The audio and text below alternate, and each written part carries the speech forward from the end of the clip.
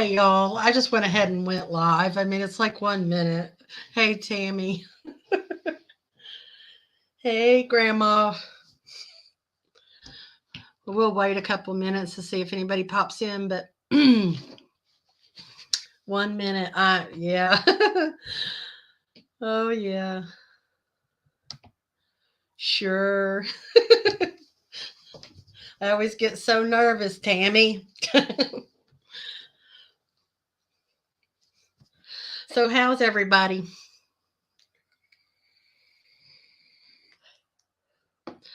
All right. Well, y'all know how I am. I just kind of jump right in.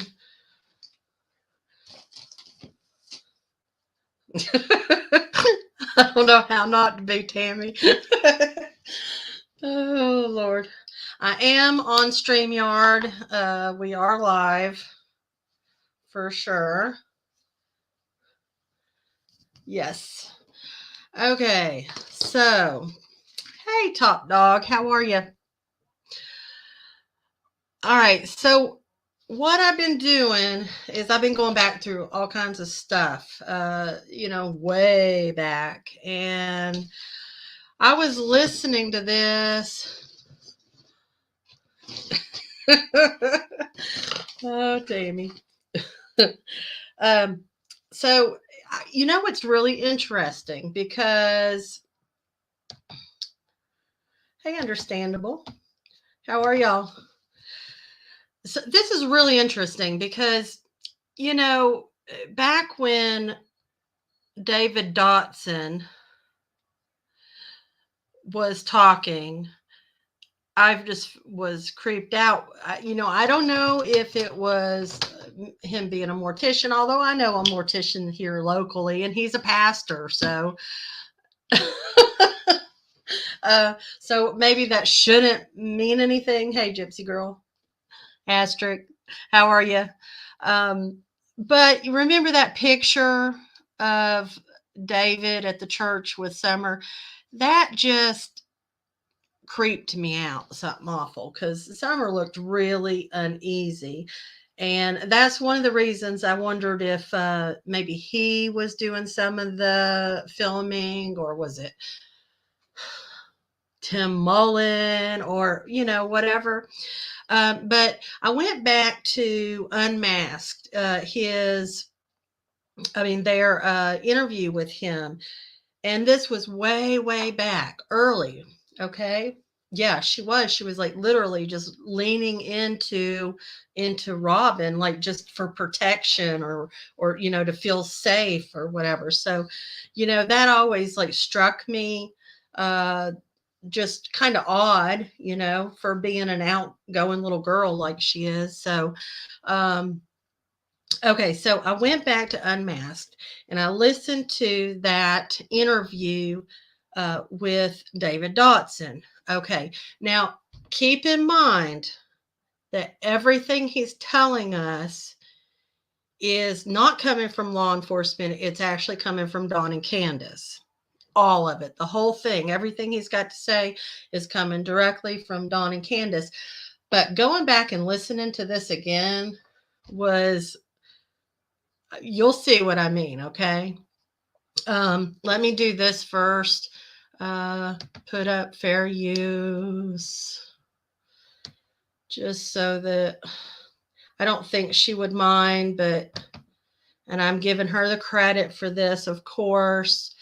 So this is for commentary, just kind of going back over, what was going on at the time. Okay. So, this is about a week after that first interview that Dawn and Candace did. I don't know if it was Ansley Daniels, the first interview, the first sit-down interview they did, but there was contradictions right there in that first interview with Dawn and Candace sitting right down, right there beside each other, and they couldn't even get it straight then, right? So, let me do this. I was going to skip through parts of his interview, like what he does for a living, but I don't think I will, just because um, even in that, it's, I hope everybody's having a great day. Everybody. So, what I'm going to do is I'm going to mute myself. I'm going to go over and I'm going to start this video. Uh, well, I'm skipping in like maybe like 8 minutes because it's not really anything, but I will be stopping it. Yeah, this is yeah, after having oh gosh. Oh, Gypsy girl. Yes. After having 2 weeks to rehearse, they still don't get it. Hey Jennifer. Hey Beverly. So I'm gonna mute myself. I'm gonna get let me take this off just so that I don't know if it'll show over the video, but so I won't well, I may try to get in here with my phone just to well. Hmm. Well, I was going to see if I could get on my phone to kind of talk with y'all. Maybe I can. Yeah. Oh, I got to turn my volume down on my phone. Uh, okay. All right. So I missed Brenda. Did I miss Brenda? Oh, hey, funny face Brenda. Okay. All right, y'all. I'm going to mute for a minute and we'll get started. I wrote the timestamps down on a few things that I was just like, I remember hearing this stuff, but then like to go back and hear it again, it was a little shocking. You know what I mean? Okay, so I'm going to mute and I'll be right back with y'all. Okay.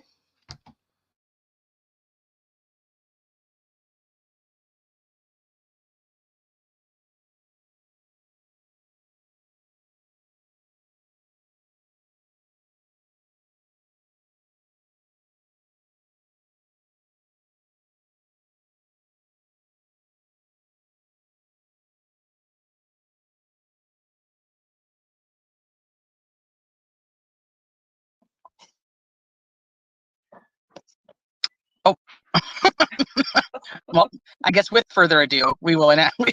There he is. There. Hey, David. Hello, Teresa and Melissa. How are you doing tonight? I'm doing well. Thank you. I appreciate y'all having me on this evening. We appreciate you coming on this evening. It's about keeping Summer's name out there. So anything that we can do to help, that's what we're here for. Thank you so much. I know I spoke with the family today, and they're aware of this podcast going on, and they just wanted me to just thank you all, and just thank everyone, to your listeners, and they're so thankful to you, and they just want to keep Summer out there. We don't want her story to fade away. We just want her home, and we're ready to do whatever we need to get that little precious little girl back home to us. Amen.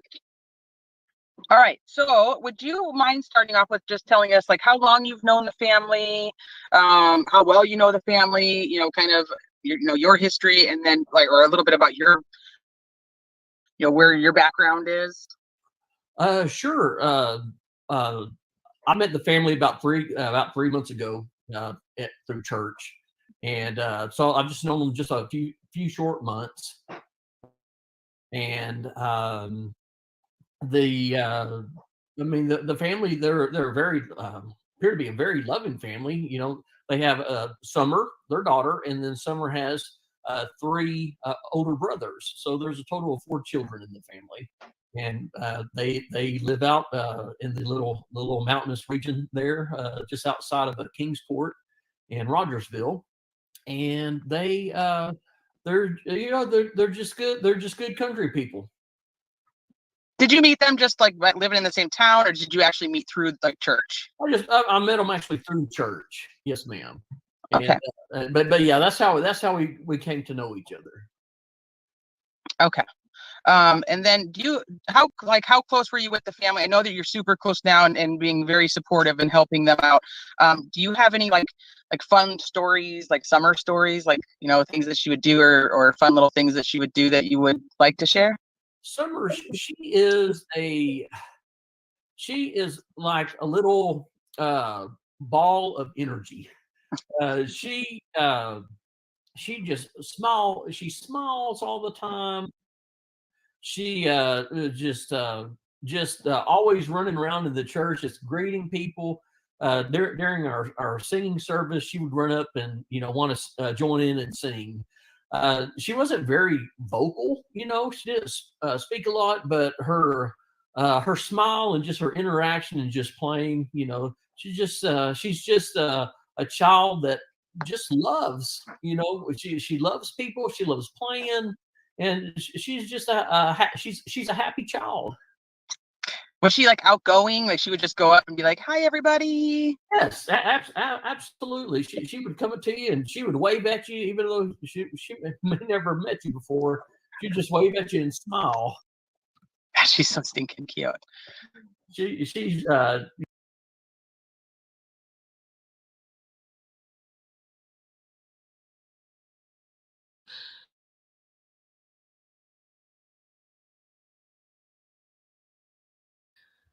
Okay, y'all can hear me? Okay, I got to stop right here because I want to show you something. He says, even if she didn't know you, loving family. Okay, so let me just show you this real quick. Okay, she'd just come up to you. Hey, Sandy, come right up to you and wave and say hi and all that, right? Okay. Oh my gosh. Okay. I was about to say, okay, so let me go right here.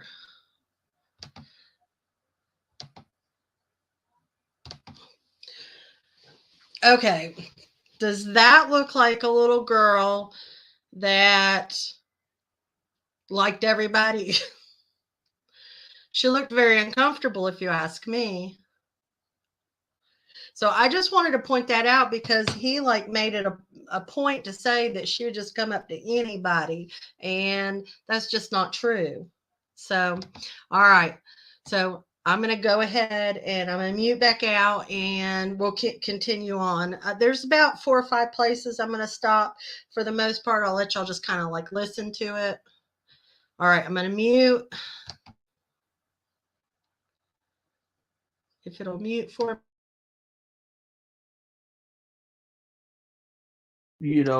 our church had a garage sale about 10 days before she went missing, and her and her brothers and her grandmother and her mother were there, and they were just having a wonderful time. They were playing, and all the children were playing together, and coloring, and it was just um like I said, she wasn't like a loner, if you will, but she was just she was very just outgoing. Melissa, did you have a question? I keep going in and out. My audio is messing up. Oh no. Okay. I'm trying to fix it. Okay, no problem. I just noticed, like, I was like, wait a minute, maybe she had something she wanted to add. So David, what can you share about June 15th? If there's anything that you're able to share. I mean, obviously we've talked about this on many of our lives when we cover, multiple cases, but specifically with Summer, we don't want to share anything obviously that would do any hindrance to any form of investigation. But I am aware that you were you at the home that night? Yes. What happened is during the day I had spent the day with my daughter and took my daughter out to eat. And about 7:30 that evening, I was at home, and Summer's mother had called me, and she said, "David, we have an emergency. Summer is missing." And she was also trying to reach another one of our church members. Her name is Robin, and she was unable to get a hold of Robin, so she called me and see if I could try to get a hold of Robin for her. We were able to get a hold of Robin, and Robin and myself, we made our way out to their home. I'd never been out to their home before. I had to get the address from them.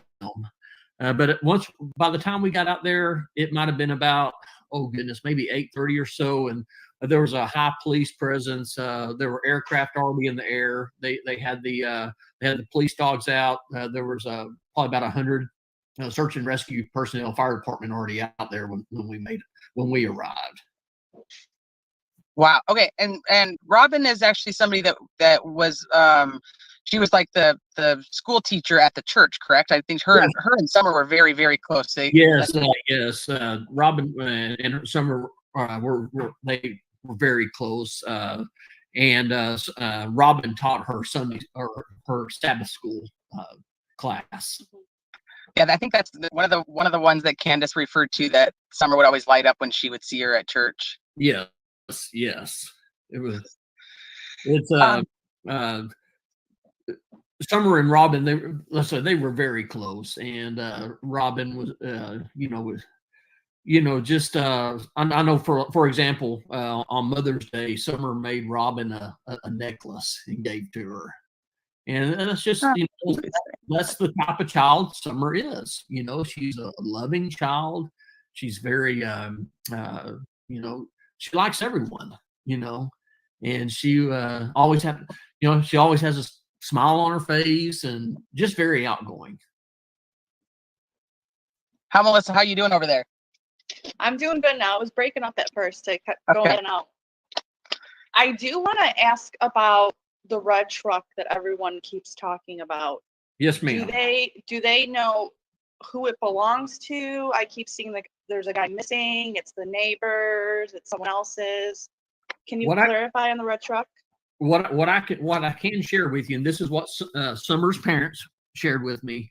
They and please forgive me, I can't remember the time frame. It might have been last week, but they did find a red pickup matching that description, and it was in a different county. And when of course, the license plates had been removed, and Summer's dad and mom both told me that when they ran the VIN number, it came back to one of their neighbors.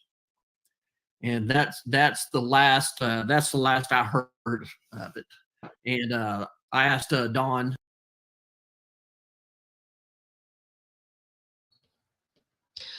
Okay. Hey, I want to tell y'all a story I heard today. And let me get over here to chat. Okay. Oh, really? You think so? You think he's the one that called Reverend Donna? Huh. Well, that's interesting. So today, okay, so does everyone remember that red truck being found in another county with no license plates? I vaguely remember that, but it's been so long ago. But I don't remember it coming back to a neighbor. You do, Christina? Okay. Well, this is crazy. Okay. So I was listening to, I always like pop in everywhere, just like here and there, and I just so happened to be like, I popped in, I saw Benny Keys was live, and he had that what is his name? Scott. What is his name? He just went to Scott Skulls. Okay. So he had Scott Skulls on, right? And so he had put out this video of when he was there. He was going down from like the Kingsport area, going down towards the Solomon Temple, the Solomon Baptist Church, and then from there you would turn left onto Beach Creek. Yes, Scotty Skulls, thank you. And he was telling today, and he privated this video, but he says that he's going to get a copy to, I hope he puts it live again. I hope he posts it again because I'm very interested in this. So he was going down from Kingsport, going down towards the Solomon's Temple, right? And there's this red truck behind him and like right on his butt. And he's swerving, he's like doing all this, and he like slows down thinking that, he speeds up first because he thinks he's going too slow, and he's going above the speed limit. The guy's still on his butt, and then he goes down to like 20 degrees, and this guy is still behind him and swerving back and forth to right and left, and like acting kind of like a way, right? Yes, by him being chased in the red truck. Right? You saw it? Oh, I wish I saw that, Jennifer. Oh my gosh, I didn't see that.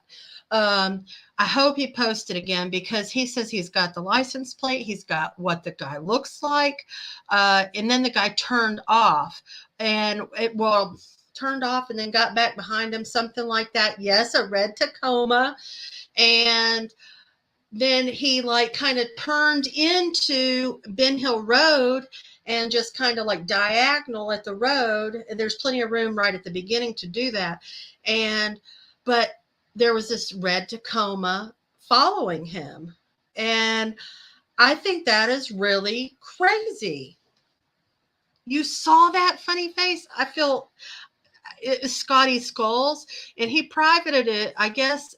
Yeah, I hope he turned it into the TBI, but this just makes me think, like, I don't know, my mind after listening to this, if your mind isn't back to the beginning, I'll be the only one, because some of the things that he says in here, you did, Jennifer, will you please email them to me? Oh my God, I would love you forever. I won't post them or anything. I just really want to see. Let's see. I'm gonna put my email. Anybody can email me. Anytime. I don't mind. So yeah, because yes, and Lori, that's exactly what I was bringing that up for. And it's just funny that I've been listening to this, and then I heard him talking about that, and I was like, wow, that's really weird. And then I posted yesterday, like when I went down to that Fort Patrick Henry's, like this guy whips in there, and he's like totally creeping me out. I mean, he's like maybe in his 40s, younger than me, a lot younger than me, and just like really eyeballing me. And I was thinking, man, I've got out of state license plates, all of that. So yeah, thank you, Jennifer. Oh my gosh, I would so appreciate that, because after hearing him say that it was a neighbor's truck in another county, no license plates, and then Scotty Skulls is talking about this today, and I'm like, whoa, maybe there is something to this red truck. You know what I'm saying? Interesting, anyways. Yes. So Scott E said he would send them to Benny. Almost sounded like he would repost it, and I hope so, because I'd really like to see it, because this guy was like evidently just like right on him. And when I went down there, I was like super incognito. I tried to be, but people still looked at me.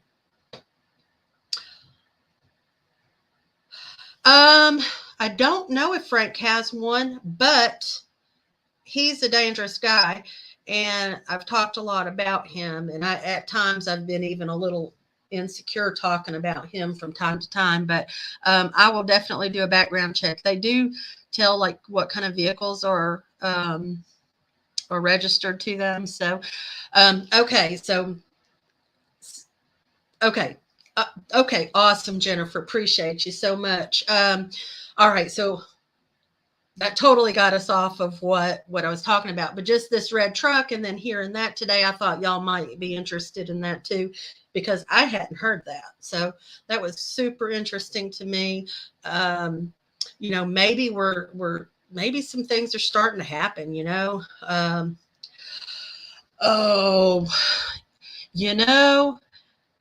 Ben Hill is, well, even Beach Creek. I'll say this for Beach Creek too, because it is a road that goes from just pretty much right near where the Hawkins County Sheriff's Department is. You can go straight down that, but you got to drive like forever, at least 45 minutes to get to their house, because I kept thinking, my gosh, this is just like, there's like nothing out there. There's houses, but it's just fields. It's beautiful fields, and it just goes from there to from Rogersville to down to the down to Solomon's Church, and then you've got to go either right or left.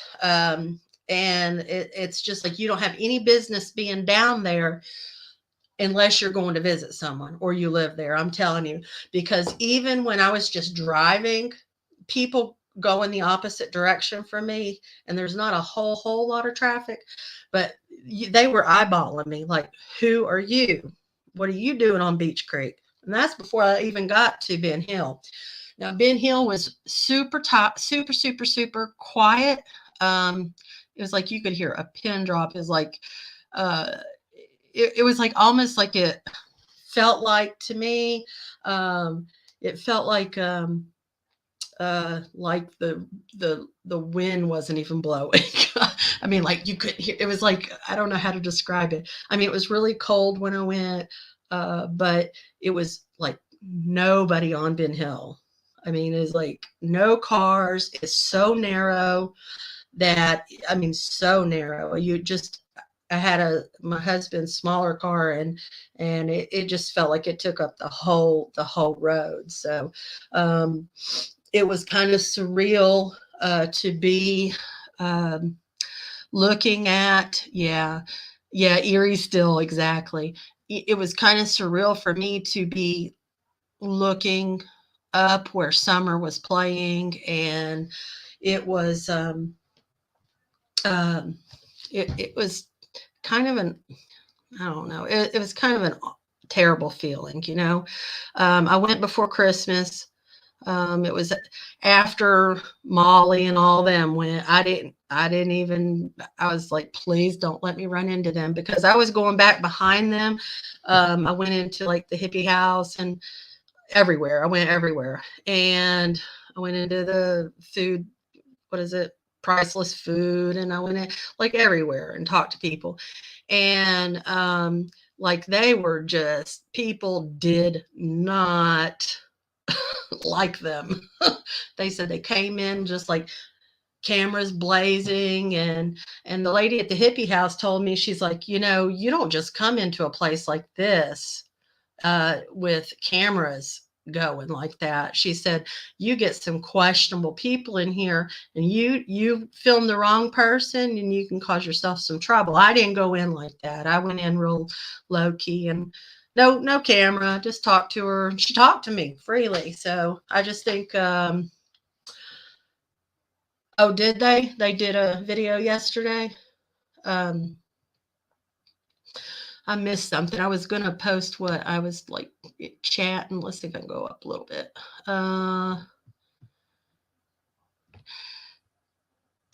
I'm sus of him too, and I'll tell you why. Frank Light, I did a story on Frank Light's dad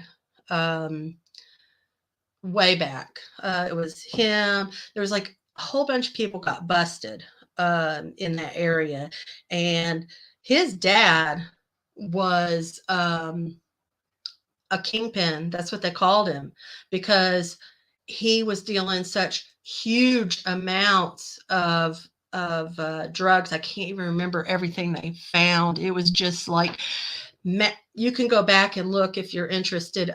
Massive amounts of drugs and things going through Beach Creek area, actually 2 miles from Ben Hill.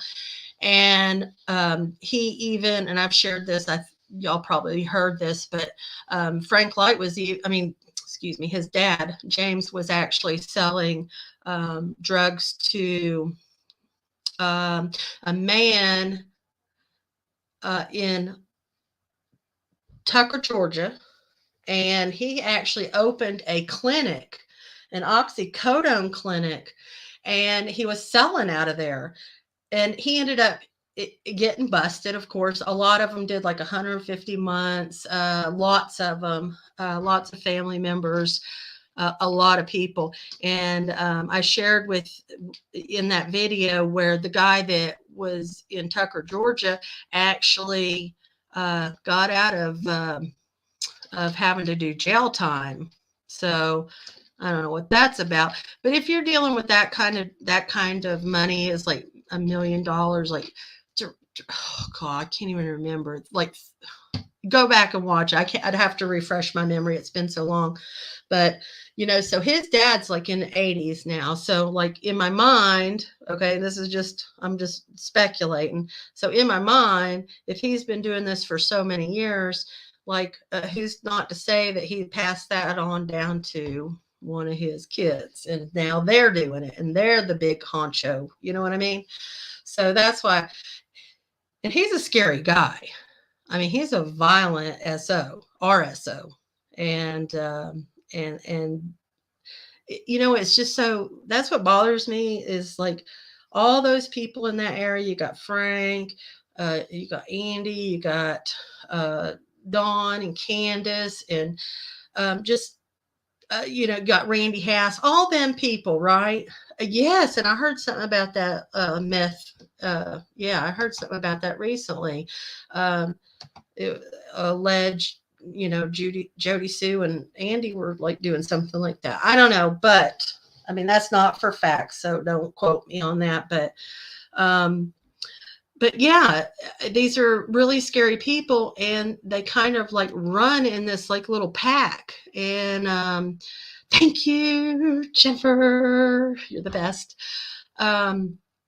So they run in this like little pack, and like they have all the same interests. So that's why this case, it could literally go in any direction. And then even now, alleged people have seen Jody Sue's son up in the woods weeks after. Oh yeah, Lawson says there's no drug problem. Trust me, there's a big drug problem. Anyway, okay, I got way off, but anywho, let me mute. Let's get back on this, and I'll put this up.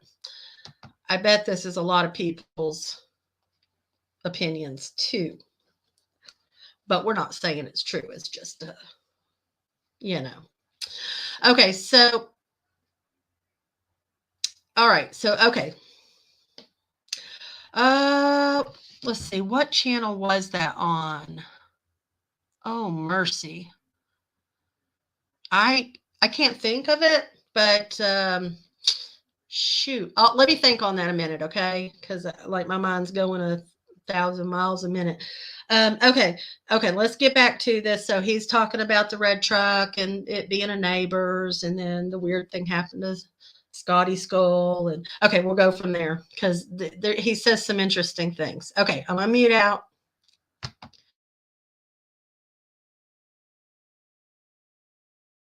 Who is Summer's dad?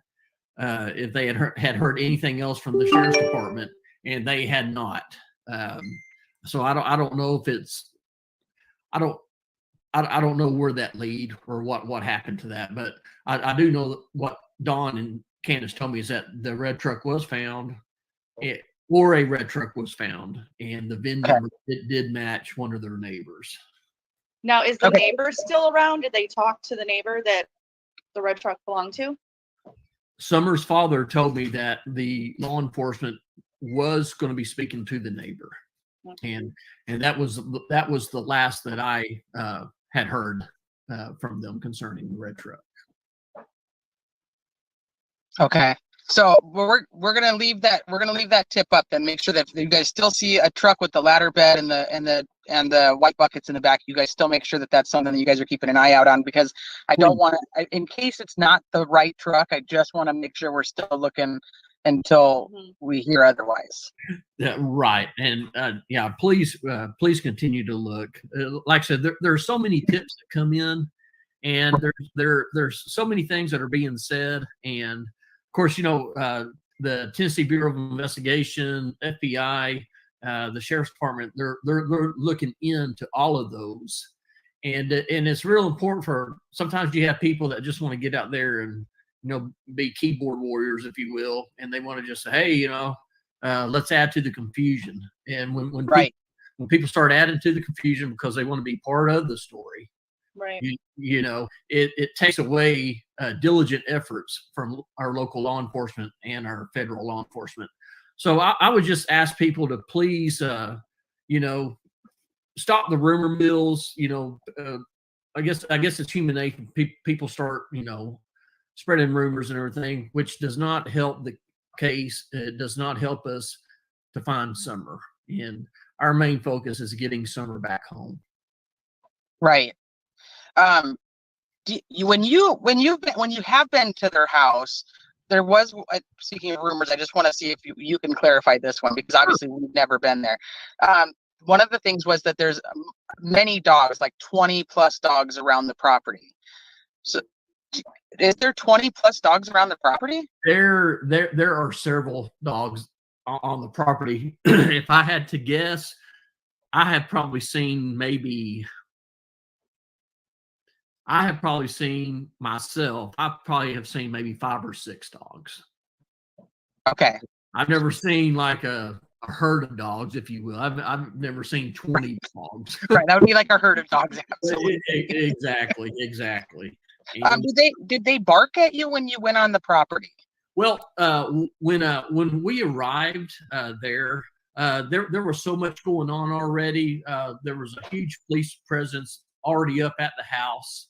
And so, I mean, the dogs were already kind of walking around, looking around.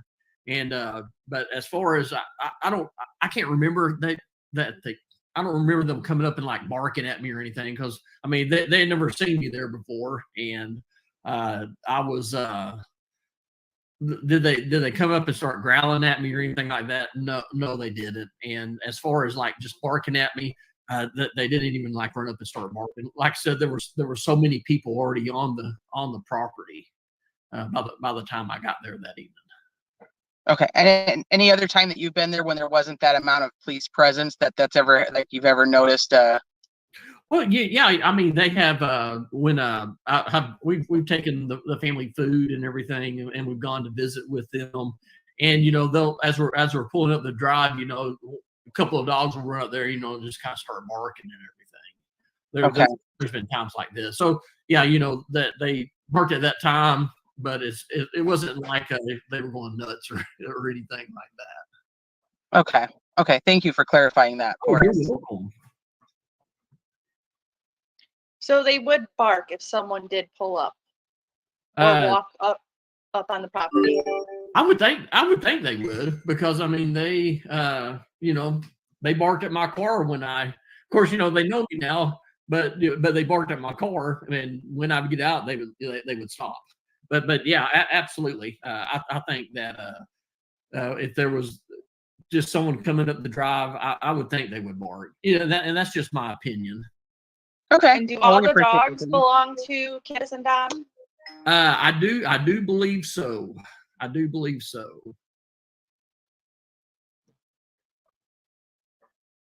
All right. So what?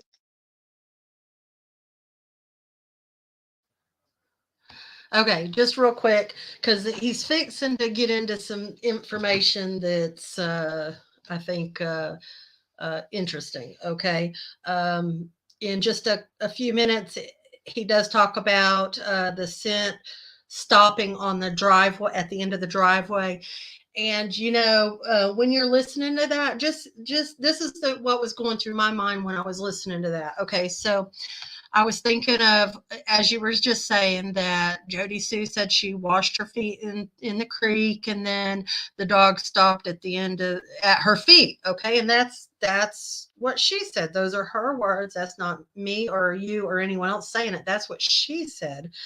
And so why was she saying that? It's interesting. And then the other thing that came to my mind is, okay, he talks about this a little bit here in a few. We'll have to see. That's always what I heard. He gives a different explanation as to why he's not at wasn't at the funeral home anymore. So that's why I wanted to go ahead and play the whole thing through. I was going to skip that, and I decided against it. But so the thing is, like, so Dawn and everybody says down the driveway, right? So why 4 weeks in is Dawn stressing that dog trail so hard. I mean, he pushed that up until he got arrested. I mean, arrested and put in jail. I mean, pushing it hard. And I've gone back and I looked at the interviews again from the news, the one where he was taking the lady down the dog trail and she's like, "Oh, this is steep." And halfway down he stops and he's describing to her what he thinks in his mind happened, and it was so descriptive that it bothered me because, like, for one, if I had a missing child, I couldn't even fathom thinking about anything like that because it would make me insane. You'd have to lock me up somewhere. And yes, I've thought that, Christina. Like, how can a parent say something like that or even imagine something like that without just falling to pieces, right? And I mean, he's talking about her being muffled and screaming and kicking and gasping for air. That traumatized me, and that's not even my daughter. I was like, how could he be saying this? It was so strange. And for all of the law enforcement to say that the dogs went down the driveway and then he pushes that, right? It does make you wonder. He pushes that so hard. Why is he pushing that narrative so hard that it was out the back door or from the basement and down exactly. It's very frustrating. um you know oh, we're all frustrated with this because, like, so many moving parts in this, it's like always confusing. He's talking about us confusing it. Well, what about all the people that are coming out of the woodwork down there on Beach Creek and Ben Hill? I mean, the people that are coming out of the woodwork is what's confusing everything. And okay, all right, okay, so I just wanted to give you that image of Don talking about the dog trail so much, but and remember, Candace and Dawn is the people who are telling him all this information that's allegedly coming from law enforcement. Okay, but Dawn doesn't mention the dog trail. Okay, I'm gonna pause back out. I mean, mute back out, and I know. Ugh. And how could they do that to that beautiful little baby? Just precious. Okay, hold on. I guess I should say allegedly. All right. Come on and me.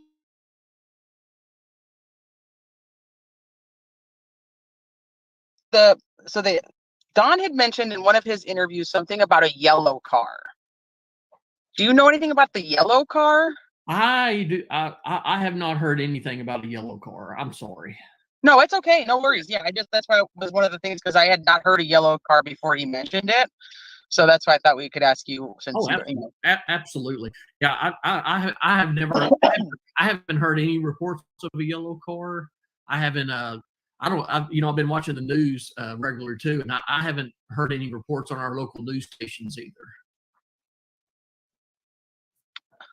Okay, so let's see, Miss Melissa, what you got? I'm sorry, y'all. We may not even get through this.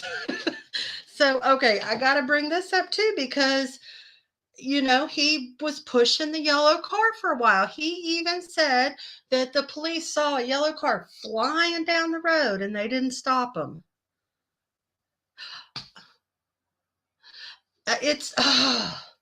So no yellow car, according to David Dotson. Okay. And this is the person who early on, this was him. Why is he a go-to anyway? They didn't even really know him. Anyway, okay, I'm going to mute out. I'll try to get us through quicker. I just keep thinking of stuff. Okay, mute now.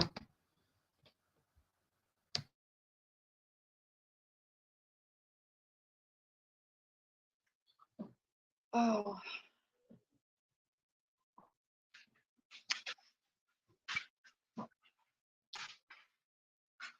I think, I mean, all I wanted to clarify was the red truck. Anything else you can think of? So one of the things that we were talking about prior to coming on was that, you know, we're concerned about the search scaling back. Can you tell us about that? Yeah, yes, ma'am. I can tell you what I know from what I've heard from the family. I believe it was last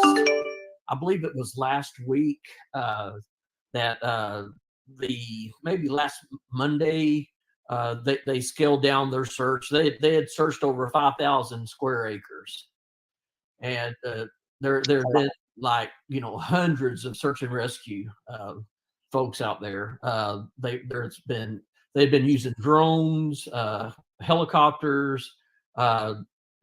Just it was such an intense search, and they were checking. You know, from my understanding, they were checking neighbors' homes. There's a lot of abandoned structures out there too.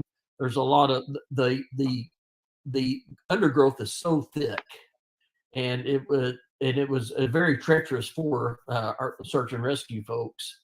And they just worked diligently. And unfortunately, after about 2 weeks, they had felt like they had searched that immediate area.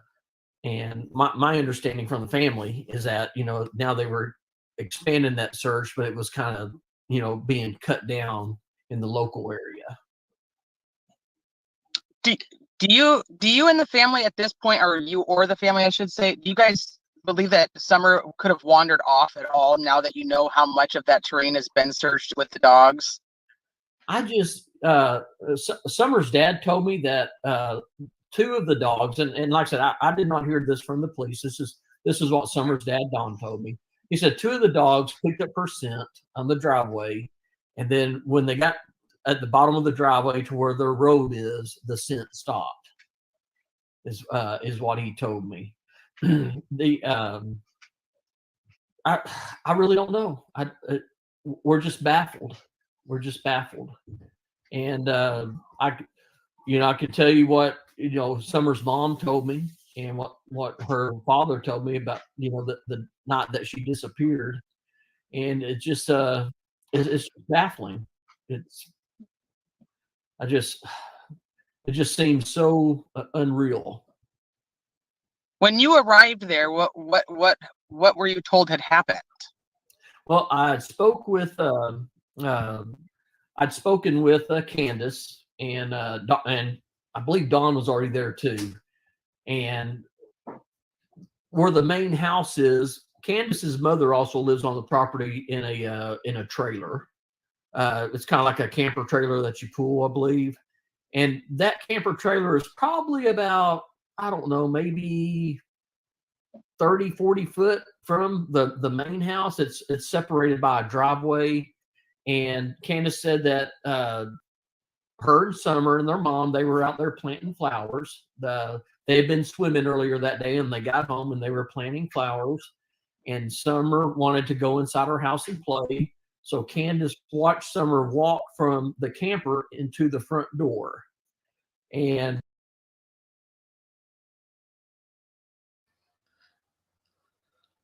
Okay, before we get too far. Okay, so the scent stopped at the end of the driveway. 5,000 square acres. Okay, that's a lot of acreage. And you know, he said hundreds of people were there, drones, air, helicopters, all of that, right? So I personally think that if Summer was in the woods, that I really believe she would have been found. And Dawn says, "Oh, there, no evidence. They're not going to find anything, right?" Oh, okay. Oh, good night if you're still in here. Yeah, exactly. Not the dog trail. So he's pushed that awfully hard. And the fact that they changed things like that, that's what makes them look guilty. Those kind of things is what makes him look guilty. And then he says the doors were locked, right? Oh my God, I know I want to puke every time I hear planting flowers. Yes, I'm gonna post that. Oh, spread love. Yes.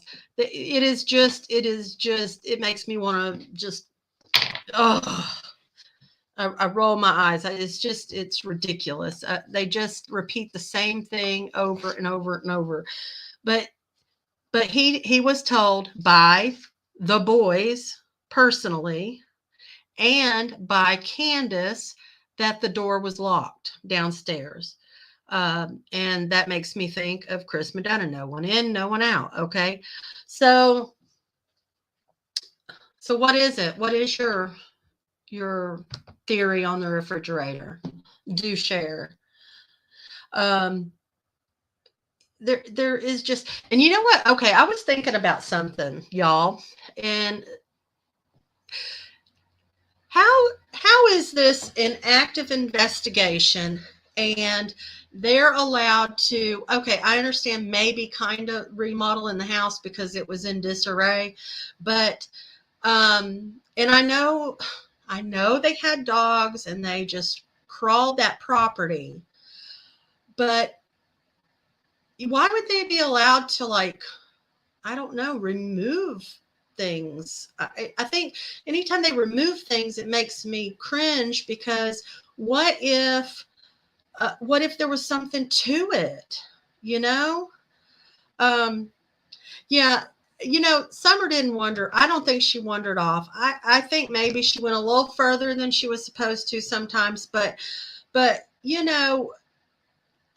5,000 square acres, y'all. That's a lot of that's a lot of ground they covered. And they had infrared, they had all of that. So, yes. So, Laura wants to know, do you think it was deflecting so that, we might think it was an accident? I don't think it was an accident either. He could have been nervous. But he always thinks he's in control of everything. I don't know. Maybe that was, I don't know. Y'all, it is really hard to say with all the kind of people that they associate with. It's really hard to say what could have happened. Okay, so the doors are locked. And Sandy doesn't think Summer made it home at all. I know everything stinks about this. Everything. Okay, so all right, there's some interesting things coming up. I'm going to try to let it play a little while. The last thing I wanted to point out was the locked door that Candace said it was locked. The boys told him it was locked. So the next thing, I'll just stop it when we get there, okay? All right, I'm going to mute out. Oh, yeah. I knew what you meant. Yeah, I did. I knew what you meant. Yeah. Yeah, and then the couch in front of the downstairs, so did they change the door out? Obviously they did. It's got a lock on it, but man, frustration. He could be feeling frustration, but all right, I'm gonna mute and continue, y'all.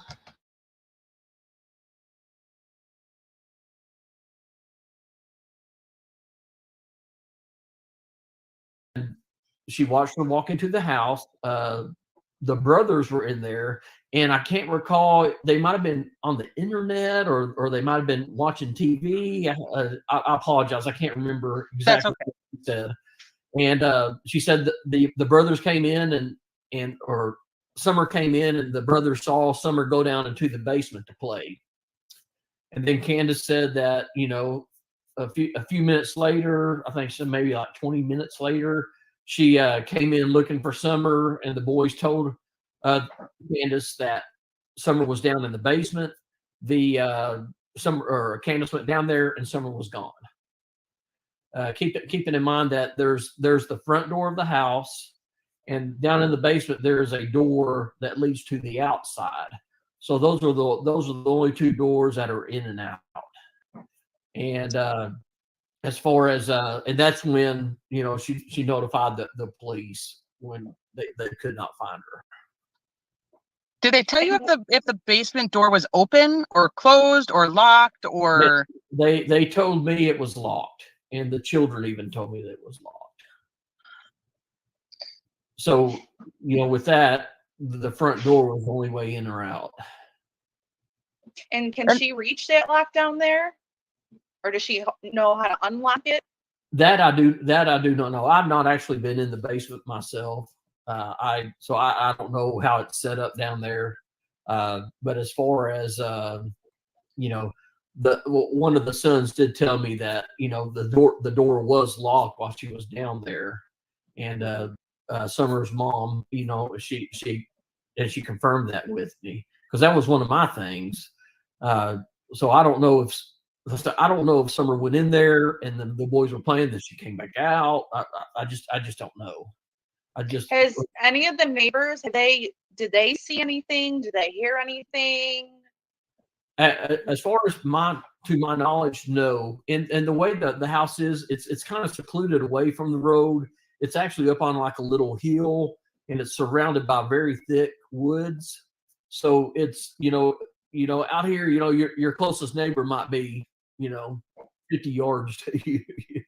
So it's really, it's not like when you're in the city, your neighbor's house is just a few foot from yours. So it's a very secluded area. So if she was, go ahead. Nope, you got it. Go. If the basement door was locked and the only other way would be the front door, where is the front door facing, and would they be able to see her? The way the front door faces, if for example, if Candace was outside and even her mother was outside, if they had their backs turned, there's a good possibility they could not have seen her walk out. Right. So one of the things, I just want to back up just a second. So she watched Summer walk into the house, and then approximately 20 minutes later, she had gone back, helped Grandma with the knee brace and whatnot. So did you say 20 minutes later? I just want to make sure I got that time right. I believe that's what she told me. Okay. Because when I asked her how long she'd been missing, she said it had been about 20 minutes. But and I'm almost positive that's what she told me. And of course, I'm giving my statement to the TBI and everything. They were right. They were like, "Hey, we need for you to give a statement. Why are you here?" Yeah. So how'd you get here? What are you doing? Yeah, exactly. And I was more than happy to give my statement to them. Did she say that her and Grandma went out and walked around and looked for Summer? Did they call for Summer? Yes, they did. They did walk around and call, and the boys were looking for her. And as far as I don't know what time frame that they looked for her, and then called the police. That I don't know what that time was. And that might have been that 25 minutes that she told me. That might have included them walking around looking for. Because when I asked her, I said, "Hey, have you called the police, and how long has she been missing?" And she said, "Yes, that we have called the police, and she's been missing about 25 minutes." That's kind of what I was wondering, because that kind of goes along with what she had said to us as well, was that she, sent her inside. A couple minutes later, she found she was missing, and we walked around looking for her. So right. So that's why I was thinking probably that 25 minutes is probably included in when they were looking for her. Would be my thought. Are they still actively searching on the ground for her? No, ma'am. They are not. That's disheartening. But I know they covered so much. Where else do you go? Which direction do you go? I know there's a stopping point, but I don't want them to ever stop. Yeah, no. And it's this is just so heartbreaking, and the family has been attacked, and with all the negativity, and that's the last thing they need. So when y'all reach out to them, and there's been a lot of people who are supporting them, and they really need that. They need to know that, hey, there are people out here that care for Summer, and that care for them. And they know there's a lot of mean people out here too. And they just, we're talking about a 5-year-old little girl. We're talking about a family that is just destroyed, and they are crushed in spirit. And then, but people want to say stuff like, because they want something to talk about, and they got to remember, hey, we're looking at they take out the human factor, and this is just not something we sit around at supper talking about. This is a 5-year-old little girl who has disappeared, and her family is distraught, and so this family needs everyone's support. And again, they want me to tell y'all thank you so much for Absolutely. are doing. And yeah, no, this is the least we can do. I mean, I would do so much more if possible, because I mean, there's cases that you get like super attached to, and there's other cases that you follow. And from me personally, I can't stop. I just want to know where she is. I want to know she's safe. I'm not convinced that she's gone. I want her home safe. Yeah, that's that's how we all feel. We have hope, and we know that all things are possible with Christ. Very, very devout Christians, and we are not going to give up. And we just want Summer home. We want her home with her family. And we look forward to the day where she's running up and down those aisles again at her church and helping us sing and lead singing with us, And we're not giving up hope, because we know that all things are possible with Father God. Absolutely. Do you think, and this is going to be kind of a tougher question, but obviously the people are hard on the parents, because statistically, when something happens, it is, a close family member. It is a parent when it's a child that goes missing. You know them, and I know you haven't known them a long time, but do you feel like in their presence, because to me that's a bigger thing, is like when you're in their presence, do you feel that that's something that they could have done, or that this little girl is out there and somebody has her? I honestly feel that they did not have anything to do with it. I honestly feel that they had nothing to do with Summer's disappearance. And just seeing that, a lot of people deal with stress and grief differently. Candace's mom is very quiet, and people have accused her because she's not showing a lot of emotion. But they forget that here you have a mother who probably hasn't slept in 3 weeks, and who hasn't eaten, and who has cried her eyes out to where there's no tears left. And then on the other side of the spectrum, you have Dad, who is just bawling every day, who is just totally distraught. And you see the anguish in his eyes, and you just see their hearts crushed. Even though their physical appearance appear 2 different ways, they're still grieving. But in my opinion, I really don't think they had anything to do with Summer's disappearance. There's one thing I will 100% agree with you on, and as we've covered these cases for a long time now, people do not all grieve the same way. And the family members of people that have lost people to traumatic events, when they tell their stories about how they go on every day, it's very similar to what Candace and Don are doing. That the hurt is on the inside; it's not always on the outside. Right. So, I think that we have to take that, as a grain of salt at this point, because we aren't inside their home. We don't see what they do when they're in the dark alone. We see them, we see pictures of them when they're out with the boys trying to have fun, and right. And mom's not sitting in a corner crying because their boys are there. And that's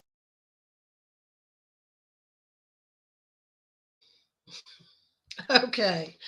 Look, that's true. Okay. Hey, nanas. I say nana. I'm a nana. I say nanas. But hey, how are you doing? Okay. People do grieve differently. Absolutely. However, 2 weeks after Summer's disappearance, and they sit down with yeah, and I've heard, and I think that Candace was jealous of Summer. I really do. Do y'all? I personally do. She got Dawn's attention, and we all see how Candace reacts to the way anybody has any kind of interaction with Dawn. She's like through the roof, right? Okay, so I don't think that that's a stretch of the imagination, but you got this. Okay, so he says that he sees Candace as someone who's cried her eyes out and she has no more tears to cry. Okay. I don't see that. And you may agree with him, but I don't see that. That's not the way I see it. And then he says Dawn's bawling his eyes out every day. I'd like to know if he was there every day to give an accurate account of that, for one. But 2 weeks after Summer's disappearance, and they sit down with the news, and they're just kind of like, laughing and talking, a little odd. And then some of the things that Dawn says was extremely odd. And for example, and I brought this up a lot because it haunts me. He says, well, I don't like to think about it. This is after him saying that, he sees her locked in a dungeon. Just that alone would be, like I said, just like his image of him going down someone taking Summer down the dog trail would just be, I would be in a mental institution, even thinking something like that about one of my children. And so here he is during this interview, and he goes, well, I don't want to think about it, but she could be dead. I mean, who can say that? Neither one of them shed a tear. As a mother, if my husband was sitting beside me and said that about my little girl, I would be on the ground. No one would be able to console me. That would be more than I could bear. You know what I mean? So are these like the grieving parents? Yeah, that is true. I mean, he did say something about she was in a hotel tied up. Who can think like this? Who can think like this? I tell you who can think like this. People who have been around this kind of stuff all his life. I mean, he has, remember when he was talking to Mary, he saw he saw, children in California being sold. And then he saw someone in a hotel one time with children in Mexico, children for sale. So people who are around those kind of people are the people who can think like that, because I don't think any of us in this chat would even begin to envision something like that for your child. Yeah. And see, and Nana, I lost my mom 2 years ago, and for like a solid year, I thought I was going to freaking have a nervous breakdown, even though she was sick for years. And yeah, I mean, if I had, and I can't even begin to imagine something happening to my children or my grandchildren, because that would be more than I could bear. I wouldn't be able to sleep. I would be like beating the streets. I would be like, I'd be on a rampage trying to find my child. And to be able to sit and say these things about Summer, who we all love and care about and want her found, it makes my skin crawl. So, okay. Yeah, and no, and they didn't go to church. And I heard that the whole church thing was, now I don't know 100% if this is true, but I completely can believe this, and I've mentioned it before, that he was ordered to do some kind of a community service, and so that's what he chose. I can believe that completely. And Candace never shows emotions. I mean, what when she did the interview with Chris Medina, didn't she just lose the boys like a few days before? He addresses this in a minute, Melissa. But you know, oh my Lord, help me. Whew. Yeah, I just you don't see Candace very emotional about anything except for maybe her drugs and her booze and her Dawn. But I don't see them as like super grieving parents. I mean, I mean. I do agree that people grieve differently, but I just haven't seen a lot of that myself, because that was one of the first things that stood out in my mind is why are these parents like acting like this? It's not normal. Okay, but we got to get through this. There's some more interesting things coming up here in a few. Y'all hang tight. Okay, I'm going to mute back out. Glad.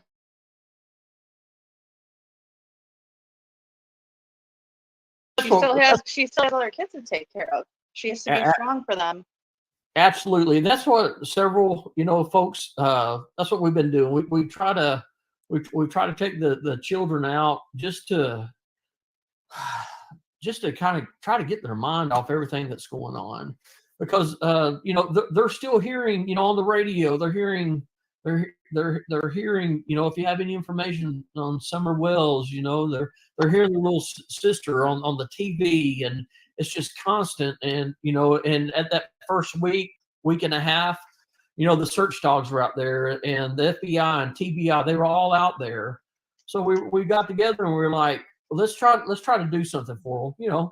Take them, to play putt-putt golf or a trampoline park or something of that nature.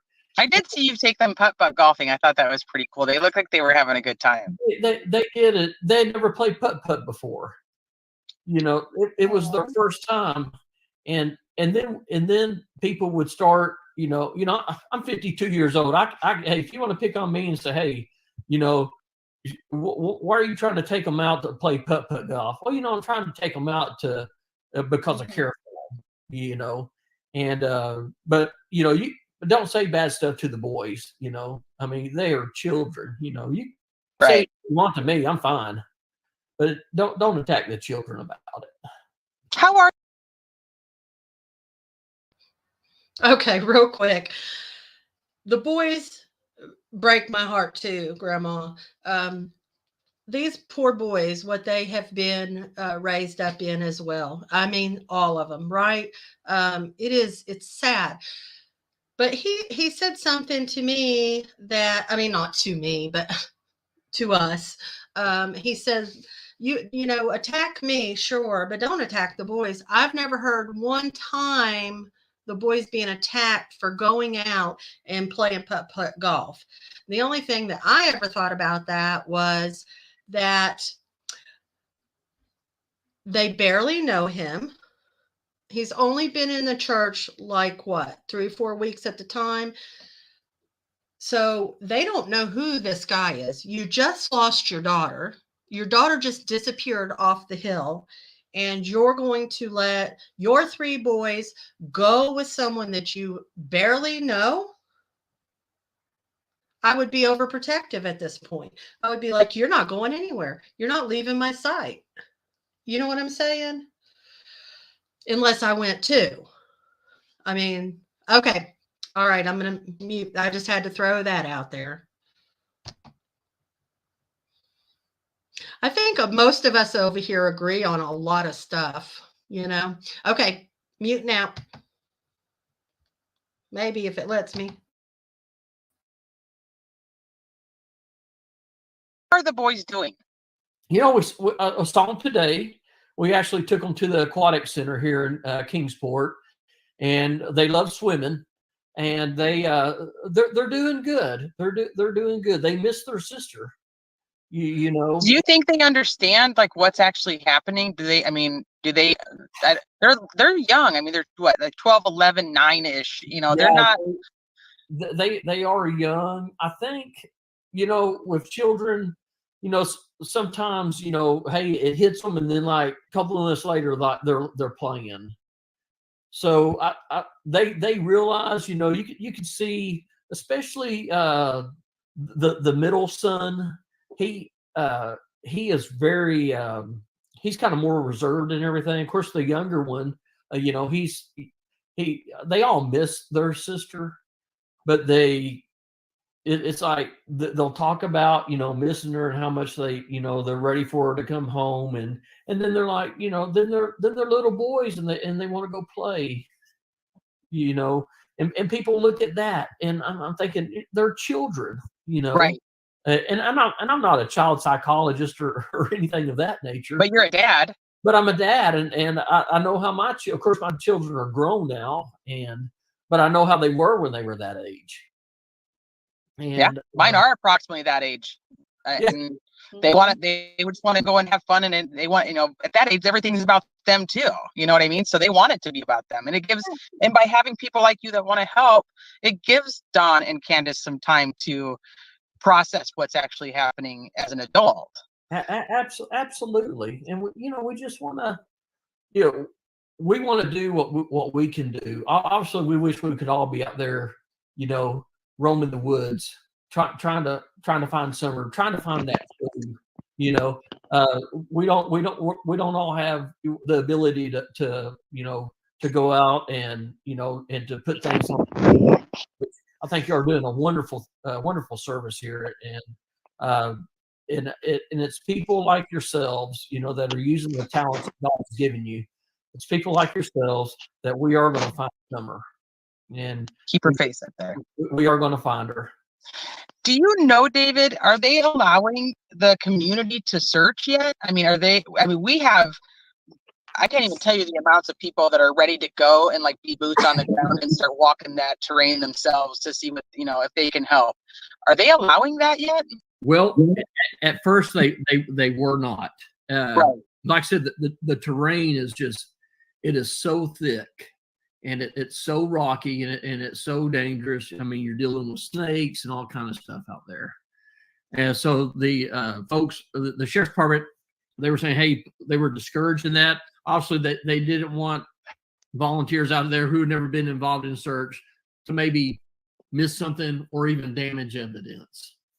But since they are no longer searching, I myself have not seen anyone out there searching. I know the other night I spoke with Candace and Dawn, and they said they saw some people walking with flashlights through the woods.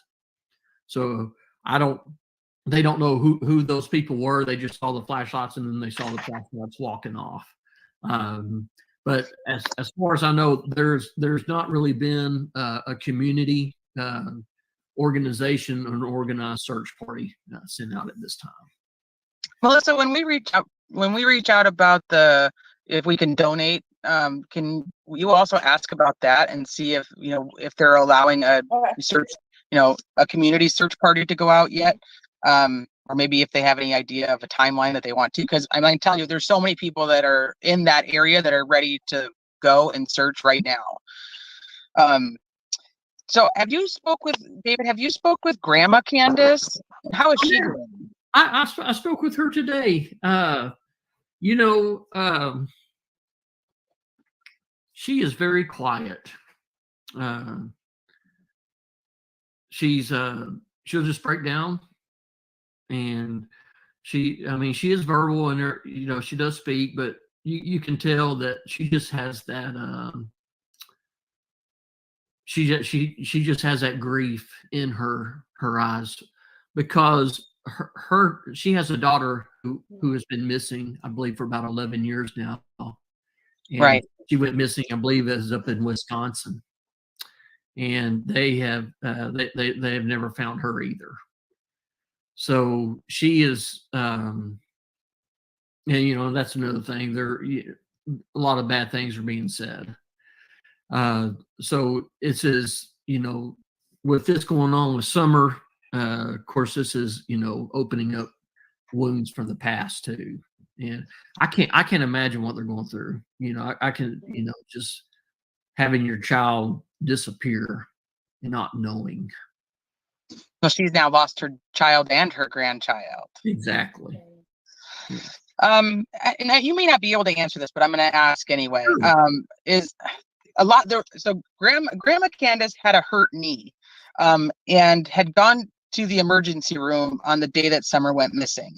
There was a lot of people talking about her being able to plant flowers. Do you know anything about like how Grandma's knee is, and was she actually planting flowers? Can you help with that speculation at all? I've seen her. I know when she walks, she does limp. Okay, but as far as I haven't really heard him. Have heard that people saying, "Oh, how she can plan if she has a hurt knee." And now Right. that I don't know anything about her going to the emergency room that day that Summer went missing. Okay. Yeah, that I'm not. This is the first time that I've heard this. Oh.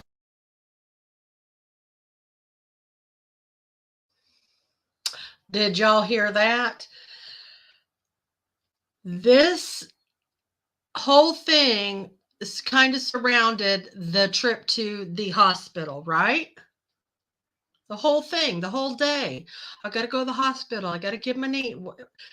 And he just said that was the first time that he's even heard that. This is the first time he's ever heard about them going to the hospital. Right? It is interesting because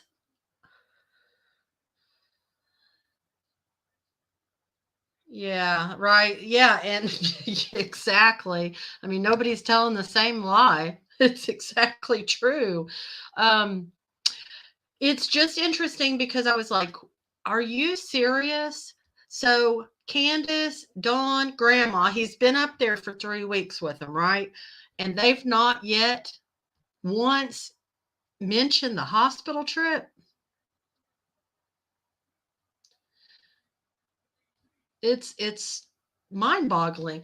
And yes, Tammy, I was going to ask if anybody knows. I have tried to look up statistics about 2 people disappearing in the same family, and I can't find any, really.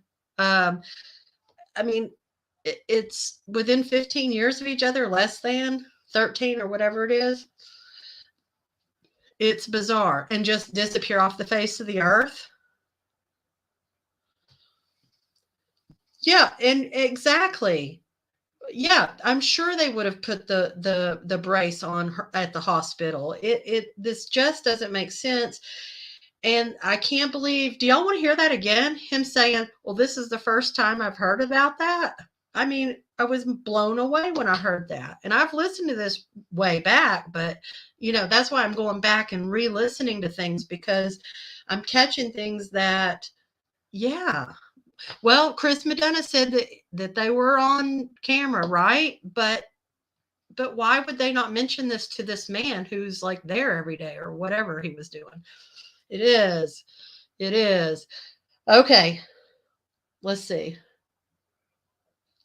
Okay, we got some more things coming up that's interesting. All right. Okay, I'm gonna mute out.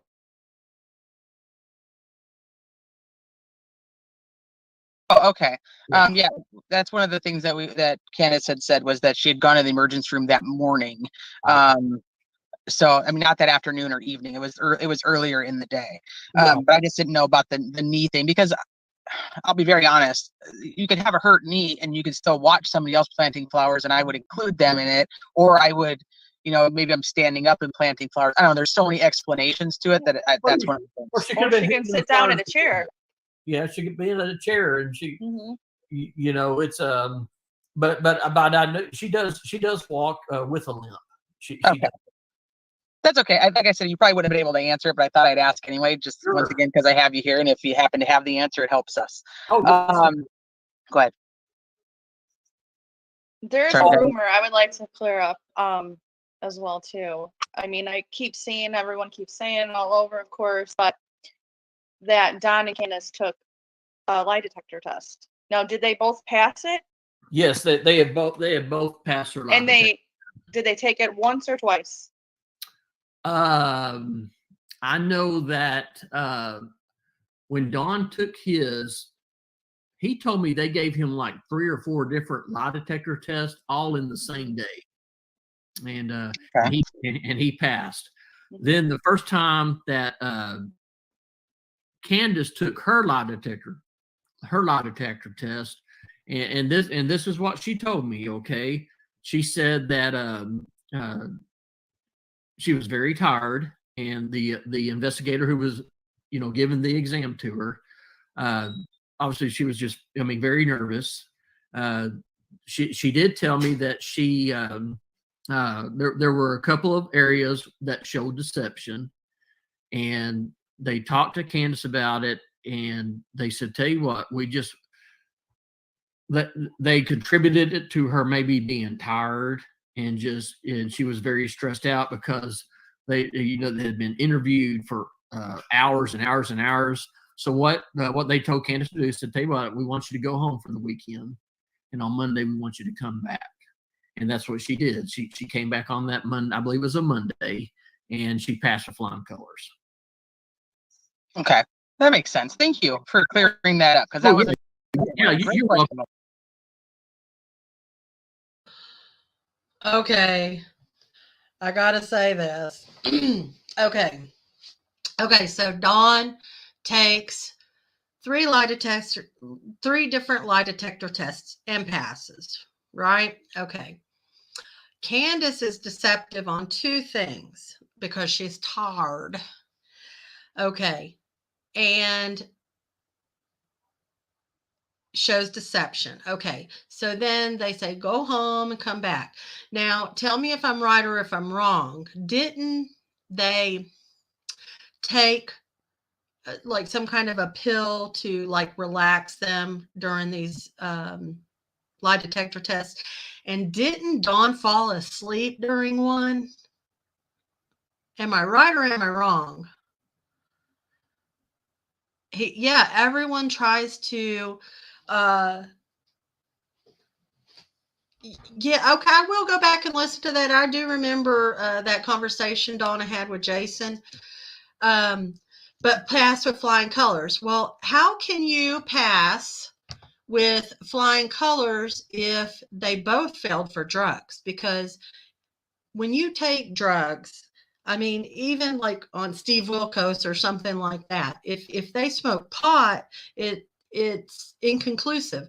So, and they had like hard drugs in their system on top of marijuana. So, I don't think that they can say that they passed. I mean, that's just my opinion. They didn't pass. If you have to take something to relax your nerves, to take a polygraph test, something's wrong. Because if I didn't do something and one of my children or something came up missing, I would be like, take me right now. I don't care how long you got to do it. I don't care how upset I am. They would weigh that into consideration. But to show deception is like a whole nother ball game to me. So anyway, that's my opinion on that one. I just don't think with the drugs in deception, there was two areas that she showed deception, but they had drugs in their system. So I think they have to be sober in order for it to, I mean, I know they're admissible in court and all that, but it is a good tool for the police. But anyways, all right, I'm going to pause it and go on because, all right, let's go.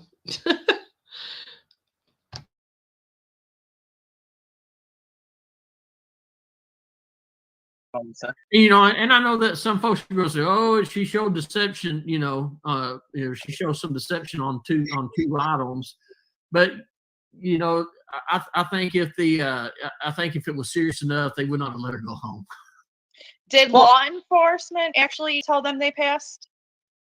Yes, because you actually get a report and everything that Okay. gets mailed to you is what they told me. So yes, now law enforcement didn't tell me, but they told them.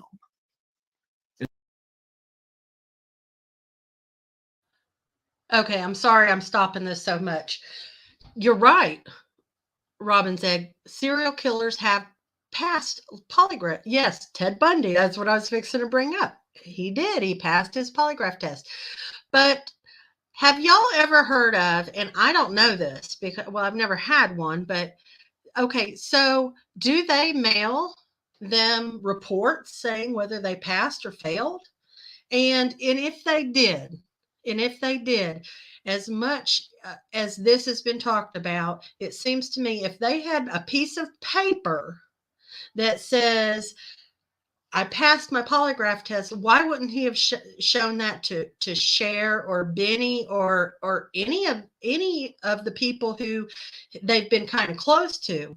It just seems to me that if law enforcement passed, if they passed and they mailed him a piece of paper, that would definitely be something you would want to show all of us. I mean, because that would be something for us to go on. Oh, so Tim says that the Wells told him that they passed, but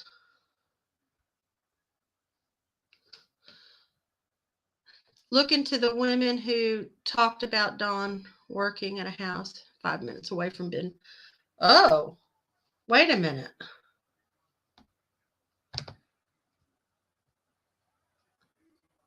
Was that on Ben Hill, or was that Top Dog? Was that over there in the Meadows? Because I thought he went and poured concrete back over at the Meadows after that. Yeah, it's not admissible, but it is a good tool. And if I had a piece of paper and people were accusing me of something, I'd be like, well, look here, I got this. So it wasn't at the Meadows. I thought it was at the Meadows. Huh. I'll have to ask around about that. I'll email a few people. Interesting. Okay.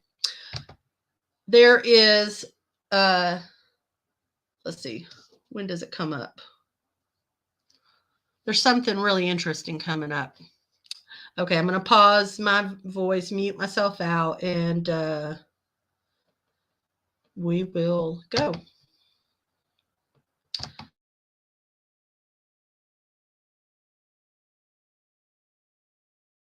Is what they told me.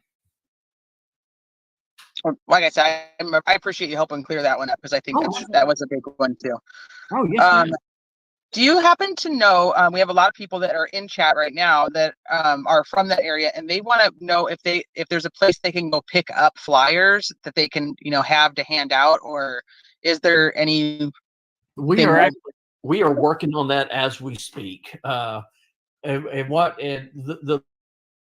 The way that we have planned this is that as the media starts, kind of, not reporting on Summer as much, that's when we want to go out there and start blasting all these flyers out. So what I can do, Melissa or Teresa, I can contact you and let you know when we do have the flyers. We do have a printing company that has offered to print flyers for us. We're also having several banners printed.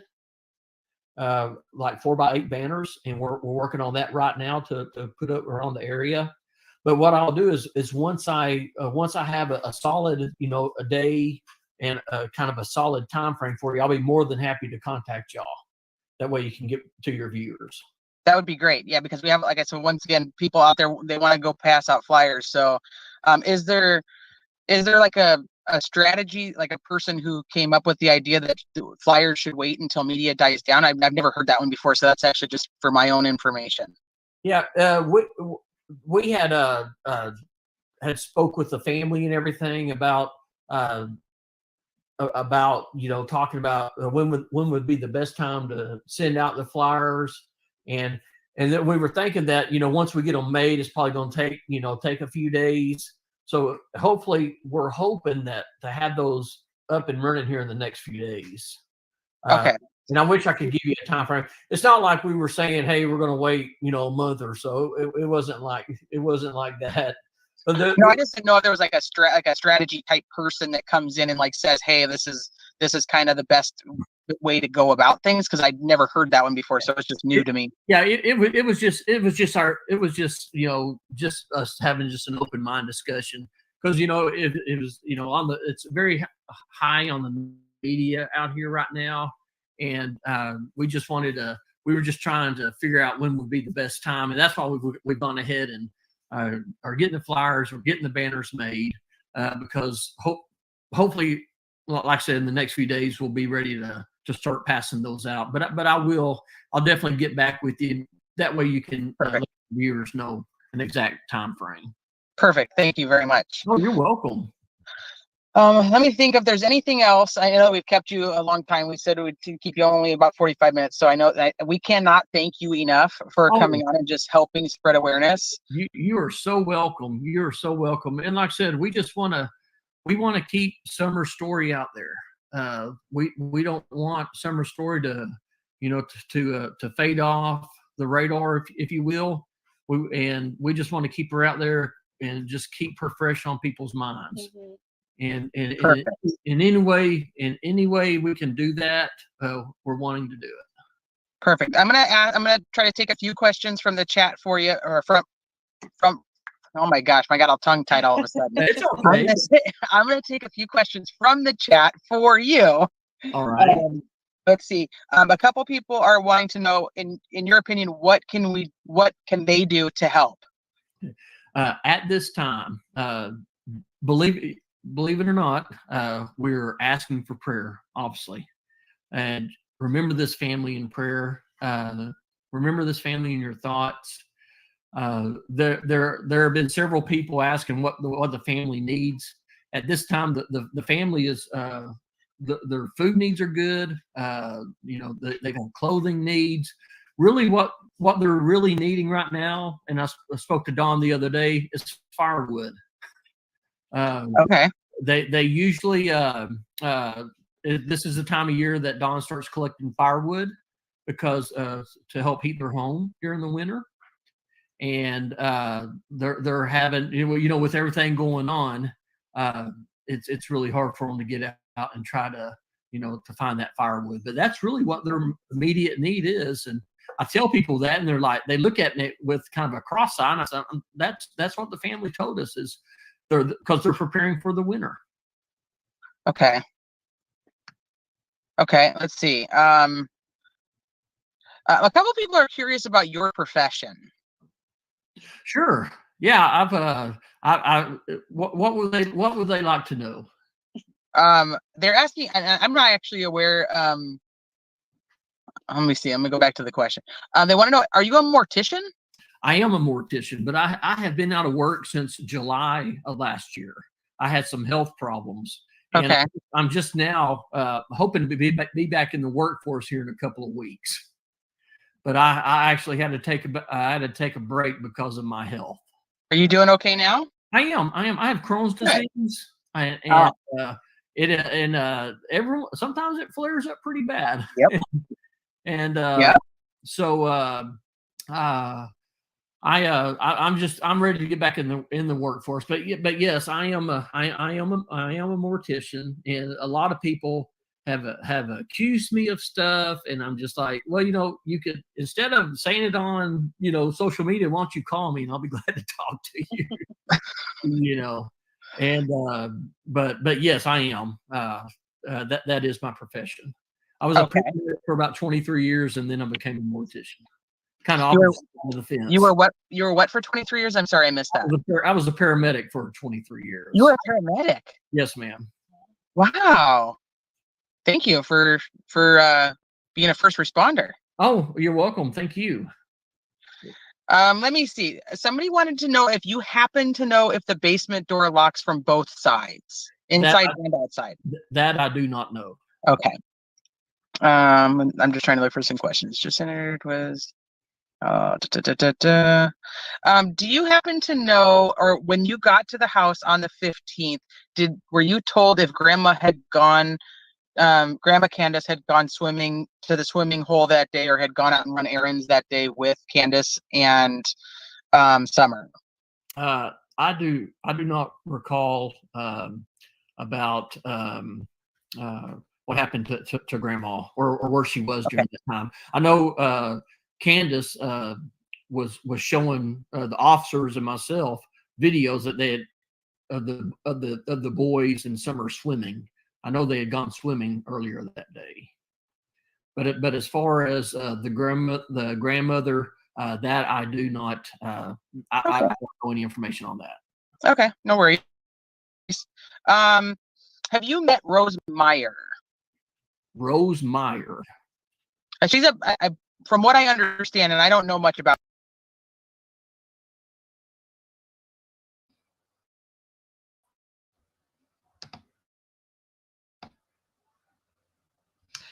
Did y'all catch him saying that Candace showed the officers and him the day that Summer went missing a video of that day where Summer and the boys went swimming together? Did y'all catch that? But no mention of Hunter. He said that. Let me rewind that just a little bit, because to me, I do remember him saying that, and then it just, with all the chaos that's gone on, it kind of got lost. But he's saying that Candace showed the police officers and him the day that Summer went missing. Yeah, all of this, exactly. You're right. Absolutely, 100%. This is absolutely true. I mean, he's being told all of this by the parents. Grain of salt, right? But he's saying that he and officers saw this video. You don't think he saw that, Tammy?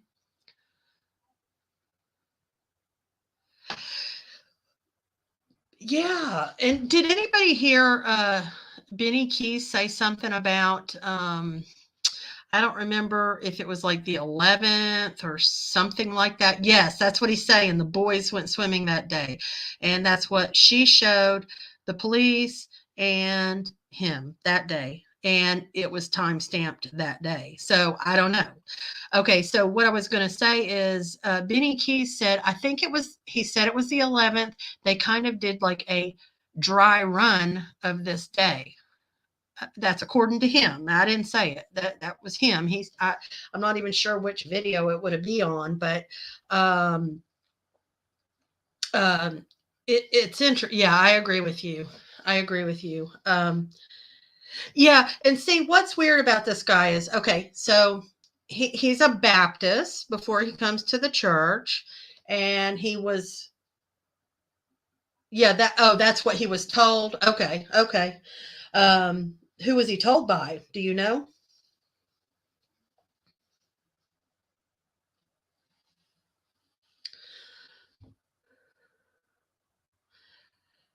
See, we heard she left the boys alone. We heard they went with Dawn. At least one of them went. I mean, it's like, what do you believe, right?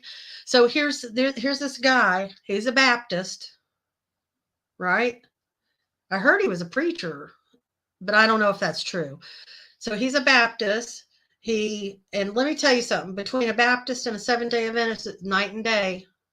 Same Jesus, but well, it's very different, because they go by, what is her name, something White, anyway, Ellen White. So they kind of follow Ellen White's visions or whatever. So he goes from Baptist to Seventh-day Adventist for what, so he's there for what, like a couple months, right? I heard less than that, but I'm giving, like, I'm being generous. And then after Summer comes up missing, he goes back to becoming a Baptist. There's something weird about that, you know? It's very strange. It just really is.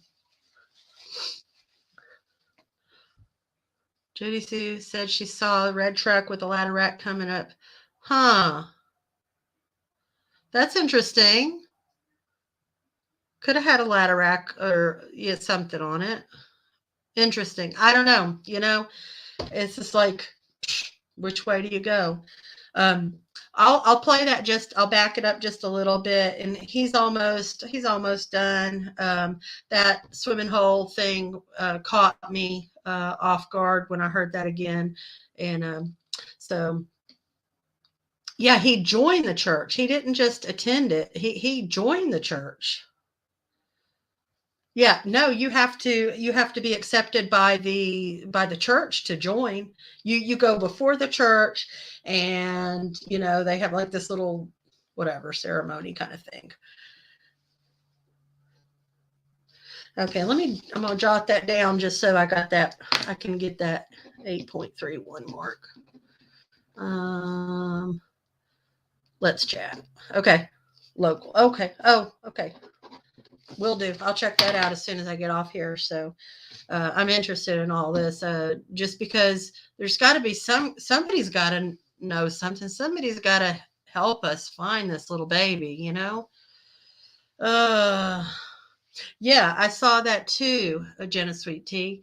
Yeah, I saw him join, and they gave him like a little gift bag and everything. Okay, let's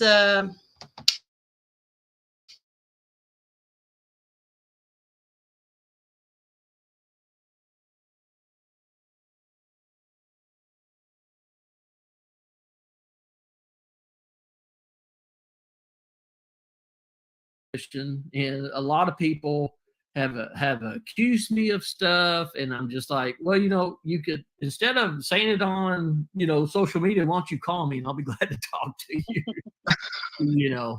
And but yes, I am. That is my profession. I was a paramedic for about 23 years, and then I became a mortician. Kind of opposite of the fence. You were what? You were what for 23 years? I'm sorry, I missed that. I was a paramedic for 23 years. You were a paramedic? Yes, ma'am. Wow. Thank you for being a first responder. Oh, you're welcome. Thank you. Let me see. Somebody wanted to know if you happen to know if the basement door locks from both sides, inside and outside. That I do not know. Okay. I'm just trying to look for some questions. Just entered was. Do you happen to know, or when you got to the house on the 15th, were you told if Grandma Candace had gone swimming to the swimming hole that day, or had gone out and run errands that day with Candace and Summer? I do not recall about what happened to Grandma or where she was during that time. I know Candace was showing the officers and myself videos that they had of the boys and Summer swimming. I know they had gone swimming earlier that day, but as far as the grandmother, that I do not. I don't know any information on that. Okay, no worries. Have you met Rose Meyer? Rose Meyer. She's from what I understand, and I don't know much about her, so you're going to have to take what I say as a grain of salt. Okay. She's a friend of Grandma Candace's. That's been, I think, a family friend of hers for a long time, and I thought she was in Wisconsin, but somebody else had mentioned that she might be down in Tennessee. So you know what? There was a lady from Wisconsin that did come down and was spending a few days with them, and I think her name was Rose, but I had never met her before, but I had met her that day, and I think that was Rose, but I'm not my memory. I'm sorry, I can't really say 100%. That's okay. I would probably say 99%. Okay. He was actually I believe that's grandma's name is Candy. She goes by Candy. Okay. I believe that was because I remember her saying, "This is my friend Rose from Wisconsin," and I know that she had sent the boys a gift also from Wisconsin. But I think I've only met her that one day. Okay. All right. Thank you. And then somebody else is asking, do you know where they can help with like food or anything else that they may need aside from the GoFundMe? How do they get that? So like you were saying that they might need some firewood. How would people go about getting that to them? Do you know? That I do not know. I don't know. We can reach out to Candace and Dawn too and ask. Yeah. I would reach out to Candace and Dawn on that. But like I said, they are really overstocked on food. Okay. To the point where they're running out of places to put it. But I know. Well, they got growing boys. I think that they're going to have a place to put it. Those boys are going to probably eat all that food. Exactly. Had you ever I mean, I know that you had said that you were more closer to them now, but had you ever met the boys outside of church? Have you ever met the kids outside of church? Had you guys ever gone and done anything together? No, ma'am. Okay. No, ma'am. Somebody they were asking that one. Let me see. A lot of people would like to help send them stuff. Have you ever met the young boy that went swimming with them that day? We try not to say his name because he's young, but I know who you're talking about. No, I have never met him. Okay. Or any of his family members? No, ma'am. Okay. Candace was talking to him on she was FaceTiming with him one day when I was over there, and I saw Candace said, "Hey, this is our friend David," and then she goes, "Hey, David, this is," and I'm not going to say his name. Yeah. This is so and so, but that's the only time that I had ever met him. Okay. But about how long? Do you know how long ago that was? Because I know that Candace had said that the families have a very strained relationship. It was probably and don't hold me to it. It was probably within the first week that Summer went missing. Okay. Let me see. I'm just trying to make sure. Someone wants to know if they can send them firewood directly from Amazon or Lowe's.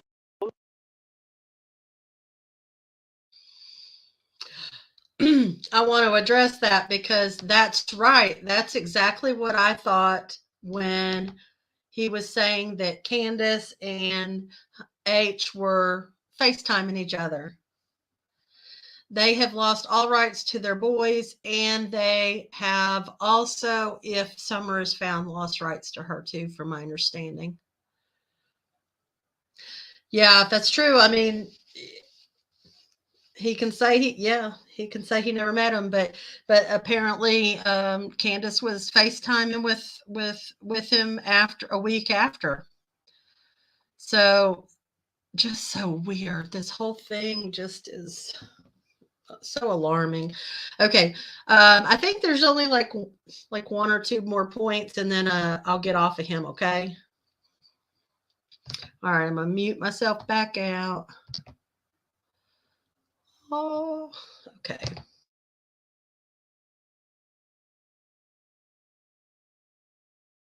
Lowe's? What I would do is I would contact Dawn and Candace to see how they would want to do that. Okay. Because someone was asking too if they should bring it to the church. Yeah. As far as bringing it to the church, I wouldn't do that. I would just try to have it shipped directly to their address, and if that's something that Candace and Dawn want to do, I would ask them about that. Okay. Let's see. Someone in chat wants to know, where is that swing that Summer loves so much? Where is it located on the property of the house? The only swing that I can think of, it looks like a little disc swing that hangs from the tree. Is that one? It's actually, yes. As you leave the front door of the house, it's just off to your left. It's probably about maybe 20, 25 foot from the front door. And where they were planting the flowers, could they see the swing from there? Yes, you can. Okay. Yeah, you can. I mean, if you're like looking from where they were planting flowers, and you can see that from that area. Let's see. Did you see anything else, Melissa? A few people want to know about the reward fund. How to donate to the reward fund? Yes. Yeah. And that's, again, I would just contact the Hawkins County Sheriff's Department on that, and Okay. Yes. or the TBI themselves. And I'm sorry, I don't have that number to TBI. That's okay. We have all of that, and we'll have it in the description. The TBI is in the description if you have any credible tips or anything along those lines. And we talked about the truck. If you have anything that needs to go to the TBI, that is there. We're going to contact the local area, the Hawkins County Sheriff's Department, and talk to them about the other two things that we had spoke about at the beginning, with the reward fund and the how can we donate to the search parties to keep the searches going. Yes, and then we'll ask them while we're on with them about having, if there's locals can set up community search parties yet. Yes, ma'am. Okay, and I believe TBI's number is just 1-800-TBI find. I believe you are correct on that, ma'am. Yes. Natalie would like to know, do you happen to know if the boys actually saw Summer inside the house that day? From what I was told by the parents from Candace, is that they saw Summer walk in. But the boys have not told me that directly. But Candace told me that the boys said that they saw Summer walk in.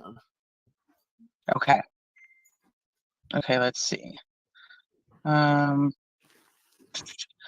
This is my question actually. Do you happen to know if like Candace and Dawn know a lot of their neighbors? Because one of the things that TBI had said at the very beginning was they wanted the neighbors to be able to search their properties and search like any outlying houses or sheds or anything like that.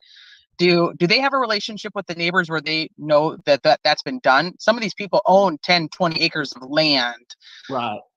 So the other question that people had asked us prior was if the Wells know their neighbors, can they ask if the locals can search on their property for them? You know what I mean? Yeah, they have actually asked.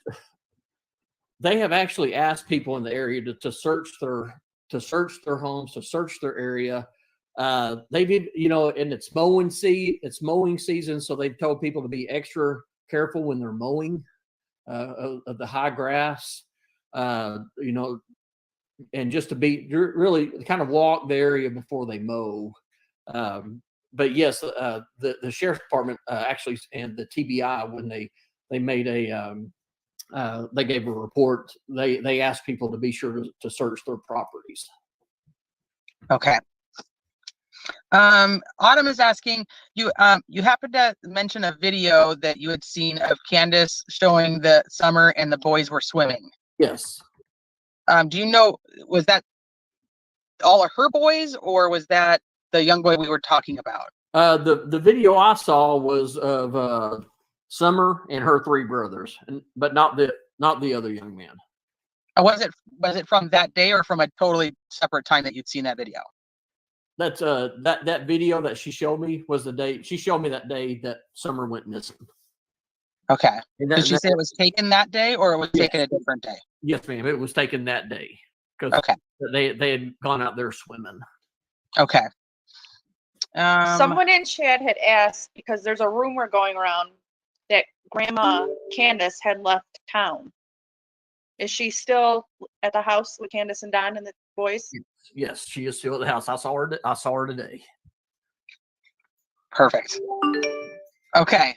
Let's see. I think that pretty much, I think we've answered a lot of the questions. And yes. Do you happen to have there's a couple people I think that came a little bit later. They'd like to know if you have like a fun story about Summer that you could share, like a story about Summer at the church, or just something, Right. Well, like you said, she was, she loved like children's time. She was always sometimes the first child up there to because we would gather the children together and tell them a little story during the church service. She was always up there during our praise and worship time. She would love to go up there and be held by the folks singing. She would just run around and run up and down the aisles and just say hi, just say hi to people and wave at people. She is just a very loving child, and she would be like, as adults say, never someone who would never meet a stranger. She kind of had that attitude that she would just go up and say hi to people and and just wave at them. She's just a very kind child, and she just enjoyed being around people. I pray Yeah. she.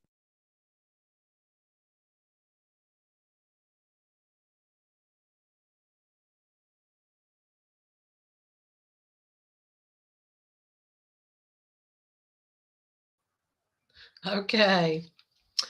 Wow, right? I mean, going back and listening to this again, isn't it just like kind of shocking to hear all this again? What? Anne. Anne, is that true? This is the man who dated Michael Vaughn's grandma. Holly, he goes to I'll have to look it up. I can find that information. He's going to a Baptist church now, though. Remarried to a much younger woman, I guess you could say. Yeah, I don't know how so many people just get sucked in, because there's so many discrepancies. It's mind-boggling. Anne, is that true for sure? Where did you hear that? That's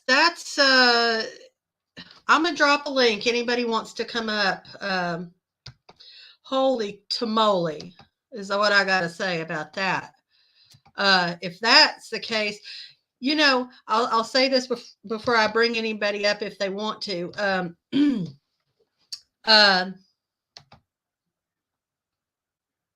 Holy cow!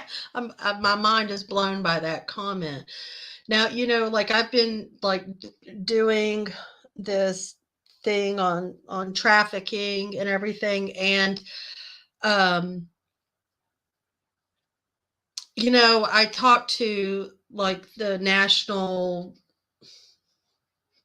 Missing and Exploited Children and different agencies, and I'm like, well, who can these people be? They can be anybody. They said a judge, a pastor. It could be anybody. And so like they have like people who have these like sick things going on in their head, and it's huge. It's huge. It's hundreds of billions of dollars of business a year. There are people out there that are into this, and it's disgusting. So could somebody present themselves as an upstanding Christian and still do these things behind closed door? Yes, they could. And that's scary, because who do you trust? Who do you trust? Okay. I'll drop the link one more time, because I don't know if invite. Yeah, in plain sight. And I told this story. Yes, please, if y'all ever want to email me, just email me. Thanks, Grandma Gma. Please, anytime. I'd love to hear from you. If anybody would like to come up, just jump on. Just jump on. Yeah, exactly. Beverly, BTK was. He was a deacon of a church. Yeah, and that's probably the best advice right there. My granddaddy used to say, love and respect everyone and trust no one. And especially nowadays, it just seems to me like it's just, this world is just getting sicker and sicker. And you know, it really upsets me that children are so little valued. They're not valued as much as I think they should be. You know, the laws seem to just be, these people are just revolving in and out of jail that are harming children. And it isn't right. Yeah, trust nobody. Trust no one. Don't trust anyone. And if y'all ever see anything at all that just doesn't look right, even if we're wrong, hit 911, because you just never know. And I'm trying to teach my grandchildren that hand signal help me. Like if uh, exactly, he was out of work, Crohn's disease. Yeah, it's so strange. So okay, so did he date? Yeah, she was, because uh funny face, little Summer, to me, she seemed to be like kind of overlooked at home, in my opinion. It was like Candace was doing her thing, Dawn's doing her thing, the boys are doing their thing, riding the motorcycles, and you can see just by her running around church and wanting people to hold her that she was searching for something that she wasn't getting on a daily basis, and that's heartbreaking to me. This little girl, just so beautiful. Um, she could, if I don't know where she is. I want to know where she is. I know we all do.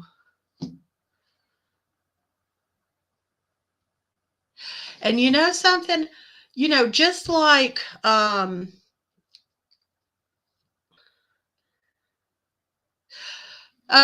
he said that him and Robin got there after they were already at the house, Leanne.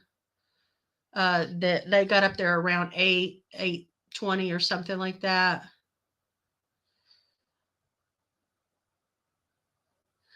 And we got to be careful, like Pigeon Forge. I've taken my kids to Pigeon Forge, to Gatlinburg, and we've never gone to Disney World or anything like this. Is it Disney World that's in Florida, or Disneyland? Disney World, isn't it? We've never gone there. But, just like there's always, thanks to Mr. Grady, busting people all the time, but it's from Disney World, and Pigeon Forge is the same thing. It's in Tennessee, and there's a big trafficking problem out there, because I was speaking to a lot of locals when I was there, and just like people at the convenience stores when I'd go get gas or whatever.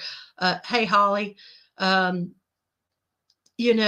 would tell you, yeah, we got a big problem here, and and I had this one guy. He's like, and you don't know who they are, and you don't know who's all involved. And I was like, really? And he said, yeah, you got to be careful who you talk to about it. So just the fact that, I don't know, y'all, this whole thing makes me sick. I just wish someone would grow a conscience and speak up and find her and bring justice. She deserves it. She didn't deserve this. Poor little thing. And she could be anything. anything she wanted to be. I mean, those, golly. Yeah. Yes, and amusement parks, and yeah, I mean,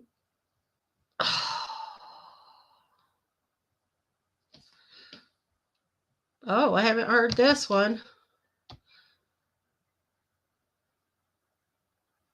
It's in Dawn's backpack, black backpack by trees at the end of the house.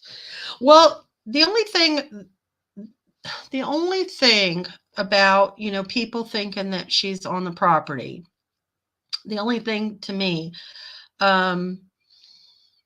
they had cadaver dogs, and even if someone's passed just like what 15 minutes, the body starts to decompose in ways, and they can pick up that scent.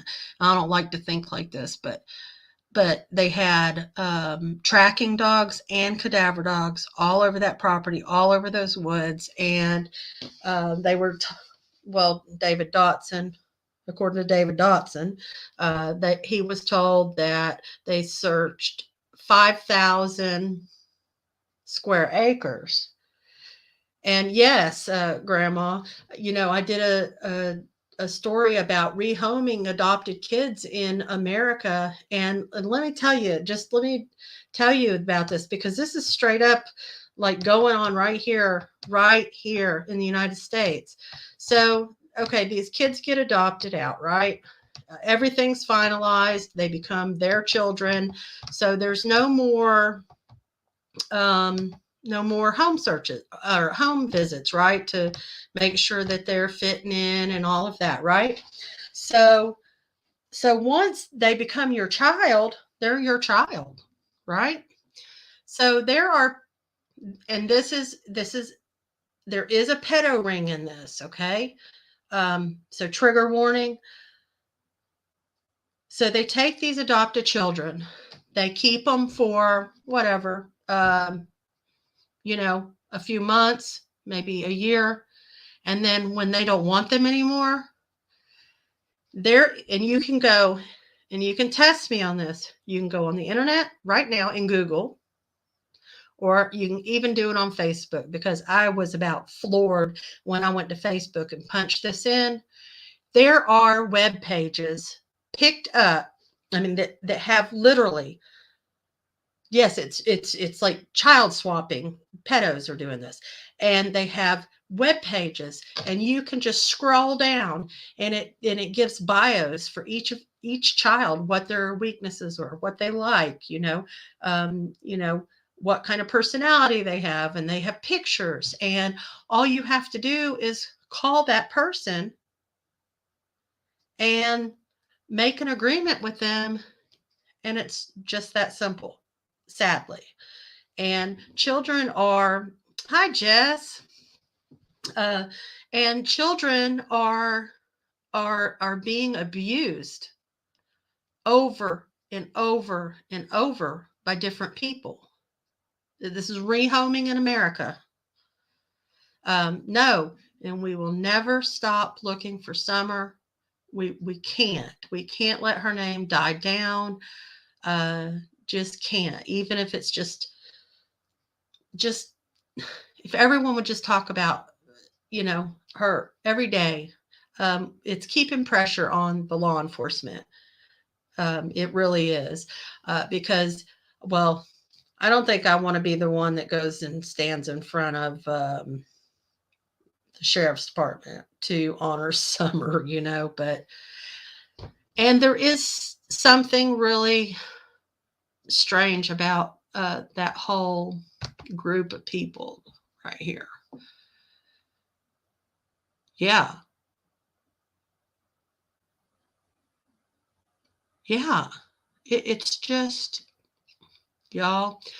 And the what is it called? The Lamplight Theater's closed down too since all this. Yeah. That's interesting. I sent him a message not too long ago, that Tim, and he answered me back with, God, it's like a riddle. I swear, everybody you talk to is like a riddle. It's like talking to Tim Mullen. That's interesting. I'm going to look into that because, yeah, I'm going to look into that. Oh yeah, Tim Mullen did. Yeah, he did. He did go to California with them with them, and he was super excited about that too. Oh my gosh, that's interesting, Holly. I'm definitely going to look a little deeper into him. I know some people. I think Enchanted Path Life did something on Tim. Is it Edenton or something like that? He did a whole thing on him. I may have to get up with him. I'll send him an email or something and see if I can't talk to him a little bit. Yeah, there's a lot of sickos out there. What I want to do is nobody wants to come up, huh? So what I'll do is we've been going for 2 hours and 15 minutes. I think that's the longest I've ever gone. I'm going to share my screen and I want to show y'all. Oh, let me just say this. I put a little short video out before this. Everybody, I want you to go listen to it because I talked to Tim Mullen, and he denies being a part of the SDA church.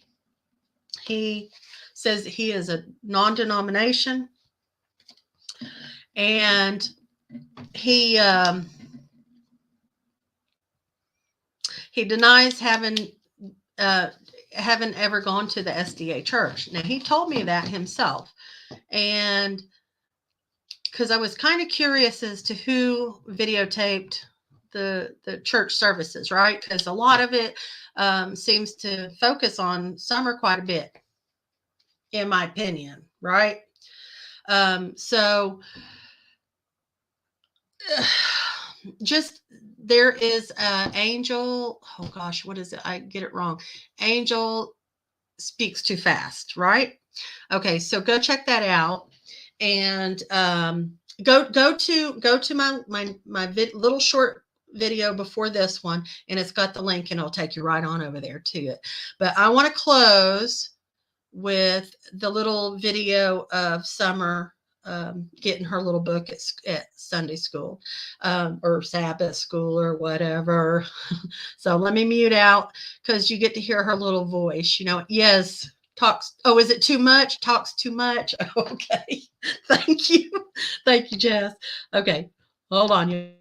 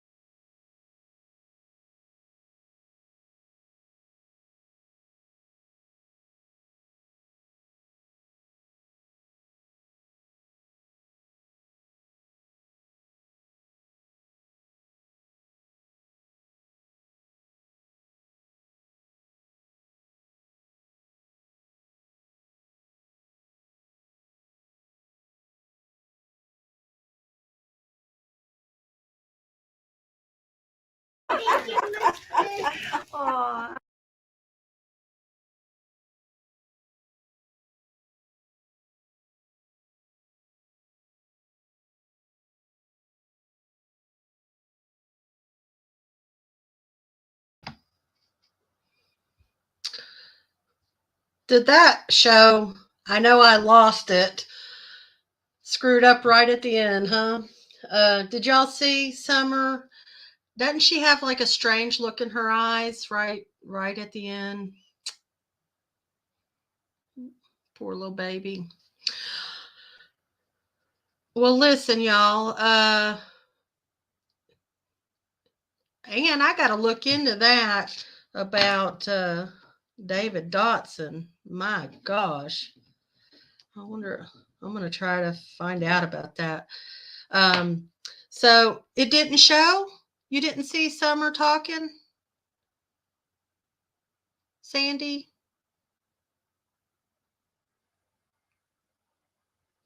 Well, listen, I'm gonna get off here. Yeah, oh, thank you. I appreciate that. Yeah, I will just as soon as I get off. Thank you, Anne. I appreciate that. That's really interesting because that if that'll be mercy. Yeah, that video gives me the creeps too. I like it just because like first time I heard her little voice and her saying that, like I teared up because people are like, "Oh, she doesn't talk." I think this little girl had a lot to say, but nobody would listen to her. That's my opinion. Um yeah, so many people are thank you to everybody. I just love y'all so much. Y'all are just the best. I mean it. Y'all are just the best. We don't ever fight over here or anything. It's just really nice. I feel like y'all are like an extended family in a way. So, okay, I'll go ahead and end it. Appreciate each and every one of you. I hope you have a great night. Prayers for Summer. Think on all this information. Leave comments if you think of anything later. Email me if you want to. And I'll talk to y'all soon, okay? Sweet dreams.